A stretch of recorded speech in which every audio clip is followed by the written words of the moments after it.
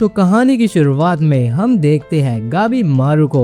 गाबी मारू एक निंजा है जिसने कि अपने मिशंस के दौरान काफी सारे लोगों की जान ली है। इसी वजह से गाबी मारू को आज एग्जीक्यूट करा जा रहा है, क्योंकि गाबी मारू एक निंजा है और इसने बचपन से निंजा ट्रेनिंग करी है। तो इसके एग्जीक्यूशन के लिए भी लोगों को एक सामुराई बुलाना पड़ता है ताकि वो एक ही वार में गाबी मारू का सर उसके धड़ से अलग कर दे। सामुराई अपनी पूरी ताकत लगाकर गाबी मारू की गर्दन पर अटैक करता है, लेकिन उसके मल्टीपल अटैक्स के बाद भी गाबी मारू को कुछ नहीं होता और वो जिंदा बच जाता है। बचपन की वो इंटेंस ट्रेनिंग इसकी वजह से गाबी मारू की जो गर्दन है वो स्टील से भी ज्यादा मजबूत हो चुकी है। तो क्योंकि अब गाबी मारू को एग्जीक्यूट नहीं करा जा सकता, सामुराई के फेल होने के बाद गाबी मारू को वापस से जेल में बंद कर देते हैं। अब गाबी मारू के पास एक इंसान आता है जो कि उससे उसकी बचपन से अभी तक की सारी स्टोरी सुन रहा होता है और ये इसे डॉक्यूमेंट करेगा। गाबी मारू से बताता है कि उसका बचपन इवागु के नाम के एक विलेज में बीता है। यहाँ पर उसने बचपन से ही निंजा ट्रेनिंग करी है, जिसकी वजह से इसका शरीर इतना मजबूत हो चुका है कि तलवार तक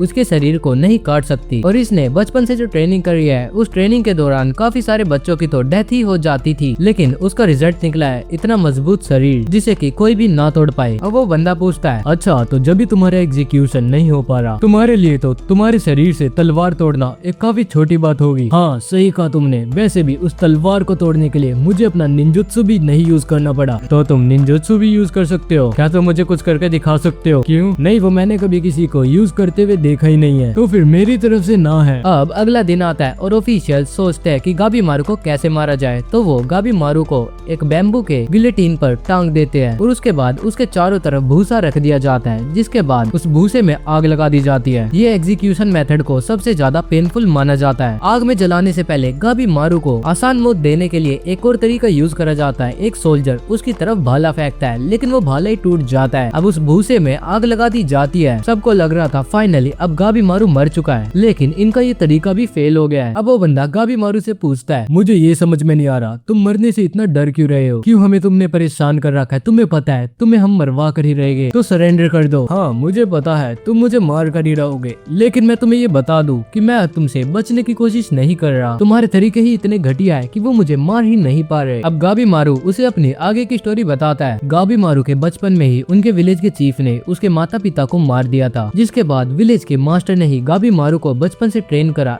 एक वॉर मशीन बनाने के लिए। गाबी मारू ने आज तक जितनी भी जाने लिए है उन्हें लेने में गाबी मारू को बिल्कुल भी हिचकिचाहट नहीं हुई। उसने ना जाने कितने लोगों को मारा है बिना किसी सेकंड थॉट के। गाबी मारू अपनी जिंदगी से बोर हो चुका था, तो वो कुछ नया करने के लिए विलेज को छोड़कर वहाँ से जाने लग जाता है, जो कि विलेज के रूल्स के खिलाफ था। तो गाबी मारू को पूरा का पूरा इवागु कारे विलेज पकड़ने में लग जाता है। अब अगला दिन होता है और गाबी मारू पर एक और तरीका ट्राई करा जाता है। गाबी मारू के पैरों को दो भैंसों के साथ बांध दिया जाता है। अब जब ये भैंसे वहाँ से दूर की तरफ भागेंगे तो वो गाबी मारू को बीच में से फाड़ देंगे और ये बुल्स गाबी मारू पर 950 किलो का वजन लगाएंगे, जिससे कि बचना नामुमकिन है। तो अब बुल्स को भगाया जाता है, लेकिन गाबी मारू अपने एक पैर को हिलाते उन बुल्स को बेहोश कर देता है। अब वहाँ का चीफ ऑर्डर करता है कि और बुल्स को लाया जाए, आज ये गाबी मारू को मार कर ही रहेंगे। वो बंदा वापस से गाबी मारू के पास आता है और वो गाबी मारू से पूछता है, हाँ तो गाबी मारू तुम मुझे अब बता सकते हो तुम विलेज से क्यों भाग गए थे? मुझे आज तक खुद ही पता नहीं चला कि मैं उस विलेज से क्यों भागा था। मेरे पास वहाँ पर सब कुछ था, मैं उस विलेज का बेस्ट निंजा था और इसी के साथ साथ चीफ की डॉटर के साथ मेरी शादी भी हो रखी थी। हाँ वैसे वो काफी इडियट थी, लेकिन जैसी भी थी वो मेरी वाइफ थी, बिल्कुल किसी बच्चे जैसी। जब भी मैं अपने घर पर जूते पहन के जाया करता था तो मुझे बोलती थी, आप अपने जूते बाहर निकाल के आया करो, घर में पूजा हो रही है, और एक आधी बार पूजा में भी बैठ जाया करो। वो मुझे तरह तरह की तमीजें सिखाया करती थी, जैसे कि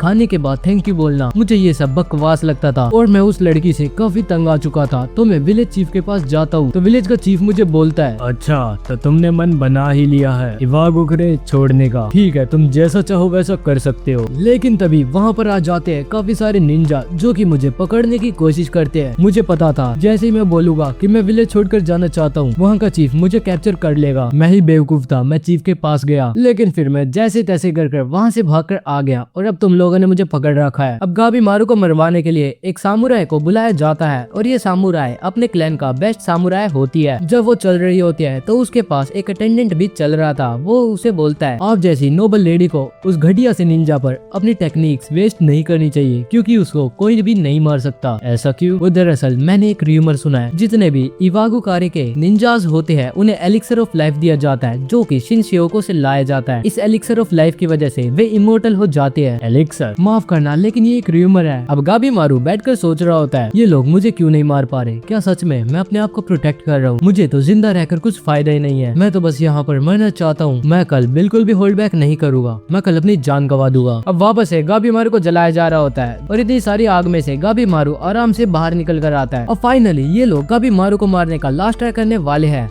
ये लोग गाबी मारू को एक जगह पर लेकर जाते हैं जहाँ पर वही सामुराई बैठी होती है। गाबी मारू का एग्जीक्यूशनर उसे बताता है, देखो ये तुम्हारी मौत है, तुम्हें पता है ये कौन है? कौन? ये है यामाडा असाइमोन सागिरी, यामाडा क्लैन की one of the greatest samurai. तुम असाइमोन हो, एक लड़की होकर। हाँ, एक लड़की असाइमोन। ये तो एक काफी हाई रैंकर क्लास होती है जिसे कि लोग काफी सालों की ट्रेनिंग के बाद ही अचीव कर पाते हैं। तुम सच में काफी पावरफुल होगी। अब वो लड़की उसे बोलती है, गाबी मारू मुझे पता है तुम मरना चाहते हो और ये लोग यही चाहते हैं कि मैं तुम्हें मार दूं, लेकिन मैं तुम्हें एक चॉइस देना चाहती हूँ। और उसकी ऐसी बात सुनकर गाबी मारू को लगता है सच में उसने इसका गला काट दिया है। और गाबी मारू को समझ में आ जाता है ये जो लेडी इसके आगे खड़ी है ये पक्का गाबी मारू की जान ले सकती है, लेकिन वो फिर भी आगिरी की बात सुनना चाहता है, तो वो इसलिए जल्दी से अपने रिस्ट्रेंट्स को तोड़ देता है। जिसके बाद साइगिरी उसके पीछे आकर उस पर अटैक करती है, लेकिन गाबी मारू उसे डॉज कर लेता है। तो साइगिरी गाबी मारू को बोलती है, अगर तुम्हें मरना ही है तो तुम यहाँ से क्यों भाग रहे हो? और पहली बार इतने दिनों के बाद गाबी मारू की गर्दन पर एक छोटी सी स्क्रैच आई थी। अब साइगिरी गाबी मारू पर वापस से हमले करने लग जाती है और गाबी मारू उसके हमलों को डॉज कर रहा था। अब साइगिरी गाबी मारू को बोलते हैं, मैंने तुम्हारी स्टोरी के बारे में पढ़ा था, मुझे ये तो पता है तुम्हारी लाइफ से कोई अटैचमेंट नहीं है, लेकिन तुम अपनी वाइफ से बहुत ज्यादा प्यार करते हो, इसलिए तुम अपनी जान नहीं गवा पा रहे। अगर तुम चाहो तो मैं तुम्हें मार सकती हूँ। और अब गाबी मारू को अपनी यादें याद आने लग जाती है जब उसकी वाइफ उसे डांटा करती थी, तो गाबी मारू को भी उसकी डांट सुनकर मजा आता था। अब गाबी मारू सोच लेता है कि वो अपनी जान बचाएगा, तो वो साथ में खड़े एक गार्ड की तलवार लेकर साइगिरी पर हमला कर देता है और अब इन दोनों में लड़ाई स्टार्ट हो जाती है। गाबी मारू को अपनी पुरानी यादें याद आने लग जाती है। गाबी मारू को सारे गाबी मारू दा होलो बुलाते थे। सभी को लगता था कि गाबी मारू के अंदर कोई भी इमोशन नहीं है और ये नॉर्मल इंसान तो बिल्कुल नहीं है, लेकिन इसकी वाइफ को यकीन था कि गाबी मारू भी चेंज हो सकता है। गाबी मारू को उसका फेस भी याद आने लग जाता है जिसके ऊपर एक स्कार था जो कि इसके फादर ने इसकी वाइफ पर बचपन पे ही कर दिया था। अब धीरे धीरे करके गाबी मारू को अपनी वाइफ के साथ बिताए सारे पल याद आने लग जाते हैं और अपनी इन यादों को बचाने के लिए वो साइगिरी से काफी ताकत के साथ लड़ रहा होता है। अब गाबी मारू को याद आता है कि वो उस दिन विलेज चीफ के साथ क्या करने गया था। दरअसल गाबी मारू उस चीफ को बोलने गया था कि आज से वो चीफ के लिए काम नहीं करने वाला और वो अपनी वाइफ के लिए एक ऑर्डिनरी लाइफ जिएगा। जिसके बाद चीफ ने उसे पकड़ लिया था और इसके बाद अपने हिप्नोसिस से गाबी मारू की मेमोरीज को ऑल्टर भी कर दिया था। इसलिए गाबी मारू अभी तक अपनी जान बचाने के लिए सबकॉन्शियसली अपनी रक्षा कर रहा था। अब वो साइगिरी पर अटैक कर रहा होता है, लेकिन साइगिरी अपने पास से एक स्क्रॉल को निकालती है। वो उस स्क्रॉल को दिखाते हुए गाबी मारू को बोलती है कि देखो गाबी मारू, ये एक स्क्रॉल है जिसे कि शोगुन विलेज ने रिलीज करा है। अगर तुम उनके लिए एलिक्सर ऑफ लाइफ उस आइलैंड से ढूंढ कर लाओगे तो तुम्हें शोगुन की प्रोटेक्शन दी जाएगी और बस एक छोटा सा टास्क देने के बाद तुम शोगुन में अपनी बची हुई लाइफ अपनी वाइफ के साथ आराम से बिता सकते हो और इसी के साथ साथ तुम्हारे ऊपर से सारे क्रिमिनल चार्जेस को भी हटा दिया जाएगा। अब वो गाबी मारू को शिनशियोकू नाम के उस आइलैंड के बारे में बताती है। वो बोलते हैं, गाबी मारू तो तुम्हारा मिशन है शिनशियोकू आइलैंड पर जाकर वहाँ पर एलिक्सर ऑफ लाइफ को ढूंढना।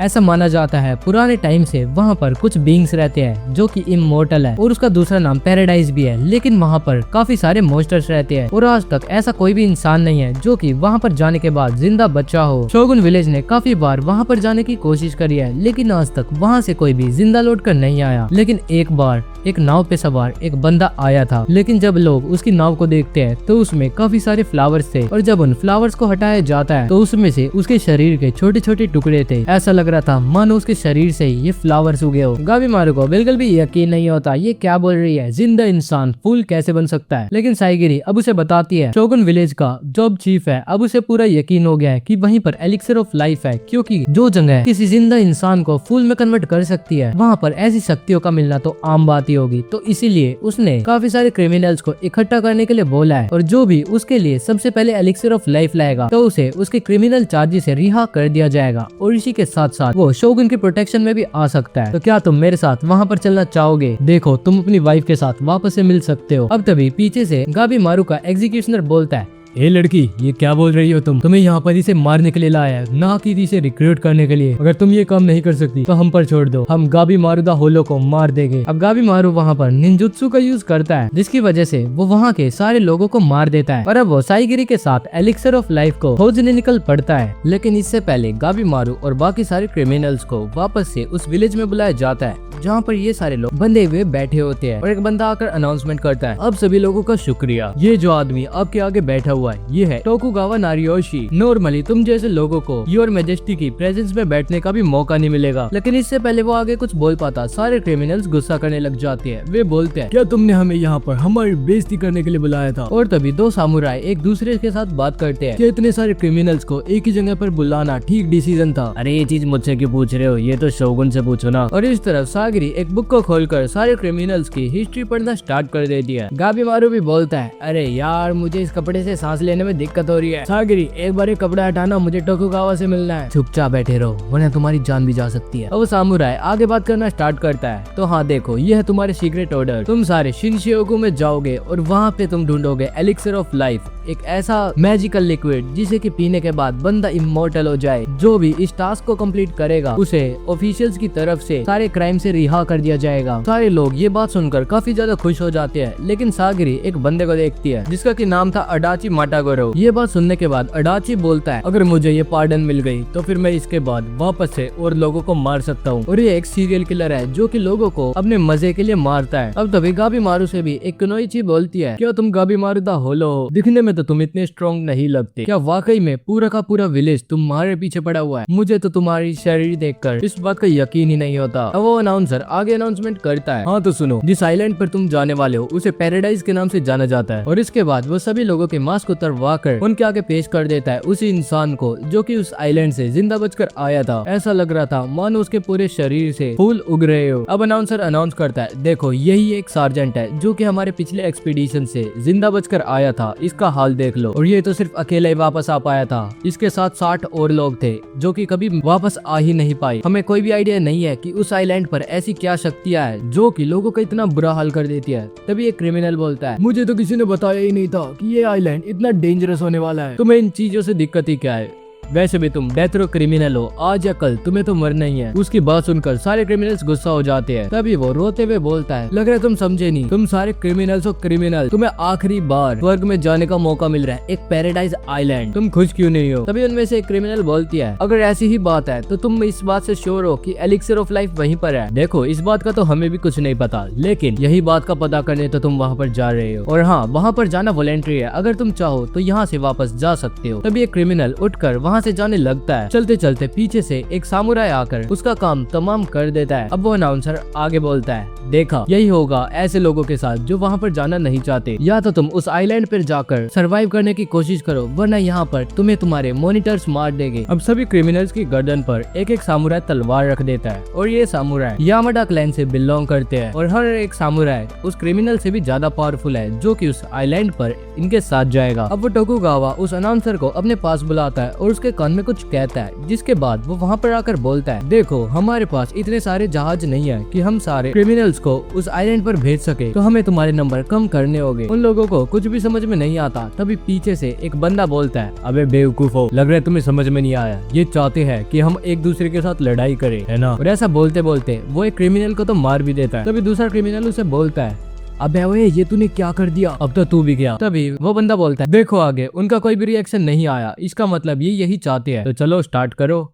ऐसा बोलकर वो उस बंदे पर एक पत्थर फेंकता है और फिर धीरे धीरे कर सारे क्रिमिनल्स के बीच लड़ाई होनी स्टार्ट हो जाती है। लेकिन गाबी मारू अपनी जगह से हिलता ही नहीं। सभी लोग एक दूसरे से हाथ बंधे बंधे ही लड़ रहे थे और वो टोकुगावा अपनी सीट पर बैठा हुआ इस लड़ाई के मजे ले रहा था। तभी टोकुगावा एक दूसरे बंदे से पूछता है, तो चलो एक चीज बताओ, इनमें से किस किस क्रिमिनल के सर पर रेड सील है? तो गाइस दरअसल रेड सील का मतलब होता है कि वो क्रिमिनल काफी ज्यादा डेंजरस है और उनके पास है कुछ सुपर पावर। अब वो अटेंडेंट बताता है, देखो ये जो सामने बंदा लड़ रहा है ये एक बैंडिट ग्रुप का लीडर है। डिस्पाइट ये काफी छोटा है, इसके बाद भी ये पूरे बैंडिट ग्रुप का लीडर था।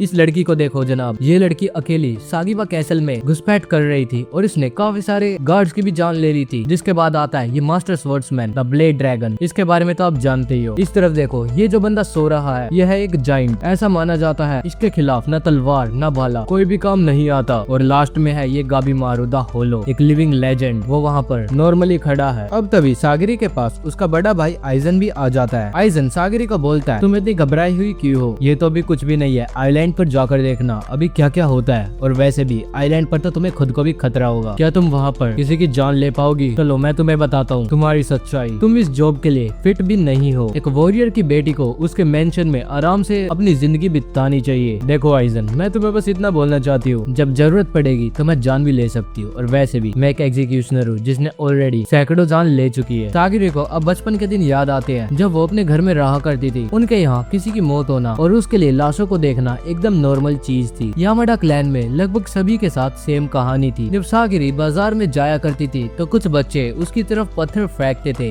वे कहते थे तुम एक डीमन हो, लोगों की जान से खेलने वाली। सागिरी काफी ज्यादा रोया भी करती थी। लेकिन जब से उसने तलवारों को अपने हाथ में उठाया तब से उसे रिस्पेक्ट मिली और इसी के साथ साथ उसे अपना ट्रू सेल्फ दिखा। तो वो तलवार को तो कभी भी नहीं छोड़ेगी। अब तभी एक क्रिमिनल सागिरी की तरफ भागते हुए आता है। वो ये सोच रहा था कि वो सागिरी की स्वॉर्ड उससे छीनकर सारे सामुराइज को अकेले मार देगा। उसी के साथ साथ दो जने और भी आ रहे थे। अब सागिरी एक एक स्ट्राइक में उन तीनों का गला उनके शरीर से अलग कर देती है। लेकिन अभी भी सागिरी को डर लग रहा था। तभी गाबीमारू बोलता है, बस बहुत हुआ, लोगों को मारना कोई सोल्यूशन नहीं है। इससे बढ़िया है हम चूज करें कि कौन उस आइलैंड पर जाने के लायक है कौन नहीं। अबे ये तुम मैजेस्टी से कैसे बात कर रहे हो? देखो मानो हम सब क्रिमिनल्स हैं, लेकिन यहाँ पर कितने ही लोगों ने जान लिया है क्योंकि उन्हें ऐसे ऑर्डर करे गए थे उनके लॉर्ड के द्वारा। तो तुम हमारे साथ ऐसा नहीं कर सकते। अबे तेरी हिम्मत कैसे हुई महाराज से ऐसे बात करने की? बात क्या, मैं तो बस सजेशन दे रहा हूँ, लोगों को मारना नॉर्मल नहीं होता। अबे अगर तेरे को इतनी ही दिक्कत है तो तुम अपनी पार्डन ले लो और अपना गला खुद ही कटवा लो। लग रहा है तुमने सुना नहीं। अबे हाँ तू, मैं तुझे एक्सपीडिशन पर भेज दूंगा अगर तूने इस इंसान को मार दिया तो। बस ऐसा सुनने की देरी थी। उस इंसान ने अपने हाथ में पत्थर उठाया। गाबीमारू उसे रोकने की कोशिश कर रहा था। वो चाहता था कि वो इसे ना मारे, लेकिन तभी उसने पत्थर गाबीमारू की तरफ फेंका और गाबीमारू को मजबूरन उसे डॉज करना पड़ा। गाबीमारू से फिर भी समझाना चाहता था लेकिन उसने गाबीमारू की बात नहीं मानी। और गाबीमारू अब उसे बोलता है, अगर तुम ट्राई करोगे मुझे मारने का तो मैं तुम्हारी जान ले लूंगा। और अब तुमने क्योंकि मुझे कोई चॉइस नहीं दिया तो अब तुम सारे मरने वाले हो। और गाबीमारू अपने हाथों से उसका गला काट देता है।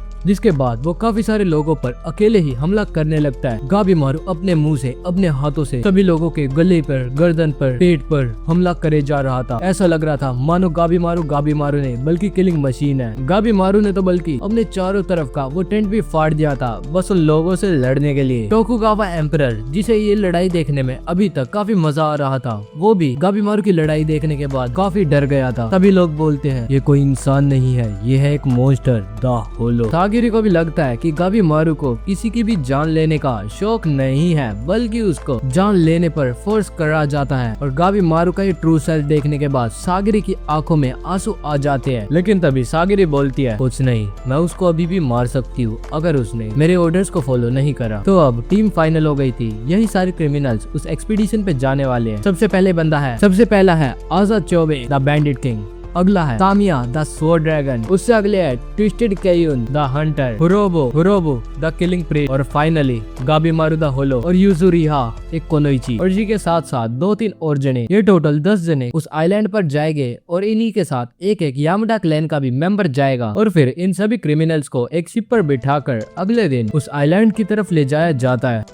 तो आइलैंड पर उतरने के बाद गाबीमारू सागिरी को बताता है, हमारा जो विलेज का चीफ था उसने हमारे सामने एक दिन एक करतब करके दिखाया था। उसने अपने सारे निंजास को बोल दिया था कि मेरे ऊपर अपने सबसे पावरफुल वेपन और अटैक से अटैक करो। जब उस पर काफी सारे निंजास ने अटैक करा था तो उसने किसी के भी अटैक को ब्लॉक नहीं करा बल्कि उसने हेड ऑन उसे फेस करा। ऐसे अटैक लगने के बाद भी, जिनके की पड़ने के बाद इंसान मर जाए, हमारा विलेज का चीफ शांति से खड़ा रहा और हंसता रहा। चीफ ने हमें बताया था कि उसने एक ऐसी मेडिसिन पी रखी थी जिसके की बाद अब हमारा विलेज का चीफ इमोर्टल हो चुका है। और हाँ, वो ड्रिंक है एलिक्सर ऑफ लाइफ, लेकिन हमें ये नहीं पता कि वो एलिक्सर ऑफ लाइफ इस आइलैंड पर है या फिर नहीं। अब सागिरी और गाबीमारू उस आइलैंड पर अंदर जाने लग जाती है। जब ये दोनों चल रहे थे तो सागिरी देखती है आसपास इतने ब्यूटीफुल फ्लावर्स है और उन्हें देखकर वो बोलती है, इतनी खूबसूरत फ्लावर्स, मुझे तो लग रहा है एलिक्सर ऑफ लाइफ यहीं पर मिलेगा। अगर वो यहाँ पर नहीं मिला तो इसका मतलब वो एग्जिस्ट ही नहीं करता। देखो आसपास कितने ब्यूटीफुल सीनरी है। तभी गाबीमारू बोलता है, तुम इसे ब्यूटीफुल कहते हो, ध्यान से देखो, यहाँ पर जितने भी फ्लावर्स उगे हुए हैं ये अननेचुरल है। ये फ्लावर्स इस हैबिटेट में तो उग ही नहीं सकते। और इसके बाद वो इंसान भूल गई उसके साथ क्या हुआ था। तभी गाबीमारू अपने जो हाथ बंधे हुए होते हैं उन्हें खोलने लग जाता है और सागिरी उसे वार्न करती है, तुम्हें तुम्हारे हाथ खोलने की इजाजत नहीं है। शोगुन ने हमें स्पेसिफिकली बोला था कि तुम्हारे तो बिल्कुल भी नहीं खोलने चाहिए। ये क्या कह रही हो? तुम चाहती हो मैं इन सारे मॉन्स्टर से फाइट करूं जो आगे आने वाले हैं,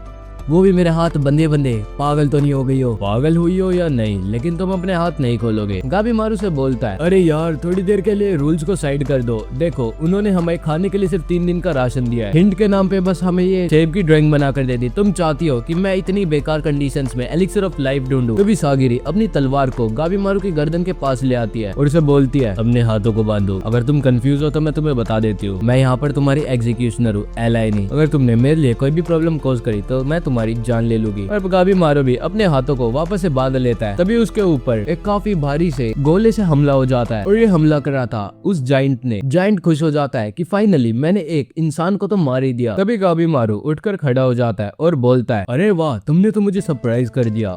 अगर मैं टाइम पर अपनी नेक को डिसलोकेट नहीं करता तो तुम तो मेरी जान ही ले लेते। इस जाइंट का नाम है ट्विस्टेड केयून और क्रिमिनल बनने से पहले ये एक मोंक था जो कि अपनी ट्रेनिंग के दौरान वेपन्स के साथ प्यार में पड़ गया था और इसकी हॉबी है काफी सारे वेपन्स को इकट्ठा करना। इसने आज तक लगभग 100 से भी ज्यादा वेपन्स को इकट्ठा कर रखा है और वो भी उन वेपन के बिल्डर्स की जान लेने के बाद। तभी गाबीमारू बोलता है, ओ सागिरी, एक बार उस तरफ देखो, इसके तो हाथ बंधे ही नहीं हुए। तभी सागिरी उसके एग्जीक्यूशनर को बोलते हैं, किसी दोनों, तुम्हें नहीं लगता तुम्हें इसके हाथ बांध कर रखने चाहिए? माना हमें रूल्स को फॉलो करना है, लेकिन हम ऐसा भी तो कर सकते हैं, वापस जाते जाते इनके हाथ बांध देंगे। वैसे भी इस जंगल में सर्वाइव करने के लिए इनके हाथ तो खुले रहने चाहिए, ये तो कॉमन सेंस है ना। तभी गाबीमारू बोलता है, देखा, काश मेरा एग्जीक्यूशनर वो सामने वाला होता। सागिरी तो बेवकूफ है, बेवकूफ। तभी ये जाइंट बोलता है, ओए गाबीमारू, तुम्हारी हिम्मत कैसे हुई मेरे को इग्नोर करने की? अब चलो, मैं तुम्हारे ऊपर अपने सारे वेपन से टेस्ट करूंगा, और वैसे भी तुम तो पावरफुल हो ना, गाबीमारू दा होलो। तभी गाबीमारू बोलता है, अबे ओए, तू पागल है क्या? अगर मैं और तू यहाँ पर लड़ने लग गए तो बाकी लोगों को एडवांटेज मिल जाएगी और हो सकता है उनमें से किसी को एलिक्सर ऑफ लाइफ हमारे से पहले मिल जाए। तभी वो जाइंट बोलता है, तुम्हें क्या लगता है मुझे ये चीजें पता नहीं है, और बल्कि मैं ये सोच रहा हूँ कि मैं सारे क्रिमिनल्स को मार देता हूँ ताकि मुझे अकेले को इतना टाइम मिल जाए कि मैं अकेला ही एलिक्सर ऑफ लाइफ को ढूंढ लूं। और हाँ, क्रिमिनल्स की लिस्ट में तुम पहले हो, होलो। अब गाबीमारू भी तैयार हो जाता है इसके साथ लड़ने के लिए। तभी सागिरी उसे बीच में बोलती है, गाबीमारू अपने इन हाथों को बांधो। गाबीमारू अपने हाथों को बांध रहा होता है, इतने में वो जाइंट अपने 2-3 वेपन्स के साथ गाबीमारू पर हमला कर देता है। इतने में गाबीमारू अपने हाथों को बांध पाता, उसके 3 से 4 वेपन्स तो टूट ही जाते हैं। अब जैसे वो जाइंट गाबीमारू की तरफ भाला फेंकता है तो गाबीमारू उसे पकड़ लेता है और हवा में उड़ा देता है। उस जाइंट के बक्से में से काफी सारे अजीब अजीब वेपन्स बाहर आते हैं। इन वेपन्स की क्वांटिटी सैकड़ों दर्जन थी। गाबीमारू सारे के सारे वेपन्स को डॉज कर लेता है और इसके बाद एक पोल की मदद से उस जाइंट पर हमला भी कर देता है। सागिरी को लगता है कि जाइंट को गाबीमारू ने एक ही अटैक में हरा दिया, लेकिन तभी जाइंट खड़ा हो जाता है। वो बोलता है, इतना काफी नहीं है मुझे हराने के लिए। अब थोड़ी सी देर बाद ही उस जाइंट के पूरे शरीर पर अलग अलग वेपन से हमला हुआ होता है और ये सब गाबीमारू ने करा था। गाबीमारू से हराने के बाद सागिरी से बोलता है, यार इसने भी टाइम वेस्ट करवा दिया, चलो सागिरी अब जल्दी जल्दी एलिक्सर ऑफ लाइफ को ढूंढते हैं। अब उस जाइंट का एग्जीक्यूशनर स्पीड में उस जाइंट का गला काट देता है और उसे उठाकर वहाँ से जाने लग जाता है। गाबीमारू उसे बोलता है, तुम हमसे लड़ोगे नहीं क्या? लग रहा है तुमने हमारे इंस्ट्रक्शंस ध्यान से नहीं सुने थे। हम ना तुम्हारे दोस्त है ना हम तुम्हारे दुश्मन, हम तो बस तुम्हारे एग्जीक्यूशनर है, और वैसे भी मेरे को भी घर पे जाकर नहाना भी है। सागिरी किसी दोनों को बोलती है, किसी दोनों इस आइलैंड पर 60 लोग गायब हुए थे, वापस ध्यान से जाना। किसी दोनों बोलता है, मैं तो चला जाऊंगा लेकिन तुम अपनी देखना, जैसे कि तुमने बोला 60 लोग यहाँ से गायब हुए थे, तो तुम भी यहाँ से जल्दी निकलने की कोशिश करना। और यहाँ पे खतरा तुम्हें सिर्फ इस जंगल से नहीं बल्कि क्रिमिनल से भी है। याद है, यहाँ पर पहुँचने के बाद ही कोई क्रिमिनल दूसरे क्रिमिनल पर हमला कर रहा है। कुछ लोग एक दूसरे के साथ दोस्ती कर मिलकर एलिक्सर ऑफ लाइफ ढूंढ रहे हैं और कुछ तो उनके बारे में तुम्हें कुछ बोल ही नहीं सकता। और हाँ, मैं तुम्हें बस यही यही याद दिलाना चाहता हूँ, हमारी प्रायोरिटी नंबर 1 है एलिक्सर ऑफ लाइफ। सारे रूल्स उसके बाद आते हैं। शोगुन हमें कुछ नहीं बोलने वाले अगर हमने उनके रूल्स को फॉलो नहीं करा, लेकिन अगर हम खाली हाथ गए तो हमारे क्लैन का नाम भी बदनाम होएगा, तो इस बात का ध्यान रखना तुम। तभी किशिडोनो उससे बोलता है, सागिरी अगर तुम चाहो तो मैं तुम्हारे लिए इस गाबी मारू की गर्दन काट देता हूँ, फिर हम साथ में वापस से आइलैंड पर चलेंगे। लेकिन गाबी मारू उसे बीच में रोक देता है और बोलता है,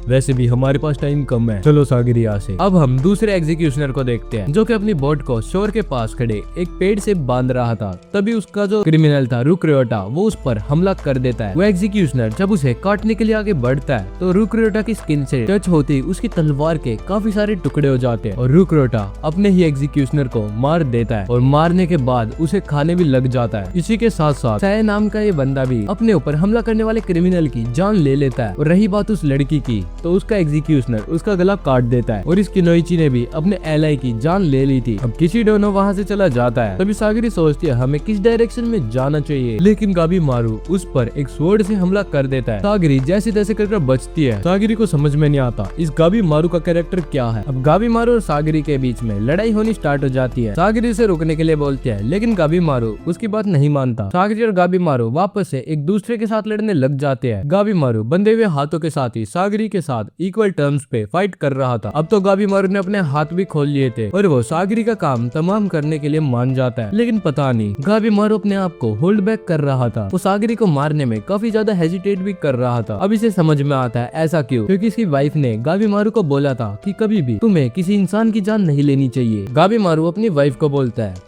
तुम कैसी बात कर रही हो, मैं एक होलो हूँ और वैसे भी यही मेरी जॉब है। तो उसकी वाइफ उसे बोलती है, देखो होलो होना एक बात है और अपनी इमोशंस को इंटैक्ट रखना एक बात। अगर किसी को मारने से तुम्हें दुख पहुंचे तो तुम्हें उस मिशन को अबेंडन कर देना चाहिए। लेकिन तभी गाबी मारू को याद आता है जब एक मिशन के दौरान उसने सेम चीज को फॉलो करने का ट्राई करा था, तो उसके एनिमी ने उस पर ही धोखे से हमला कर दिया था। तब गाबी मारू वापस से सागिरी से लड़ने लग जाता है, लेकिन फिर भी वो उसकी जान नहीं ले पा रहा होता। पता नहीं क्यों गाबी मारू का मन नहीं मान रहा होता। वो सागिरी की स्वॉर्ड को तोड़ देता है और सागिरी पर हमला करने वाला होता है, लेकिन सागिरी अपनी स्वॉर्ड के कवर से ही उसके हमले को ब्लॉक कर लेती है।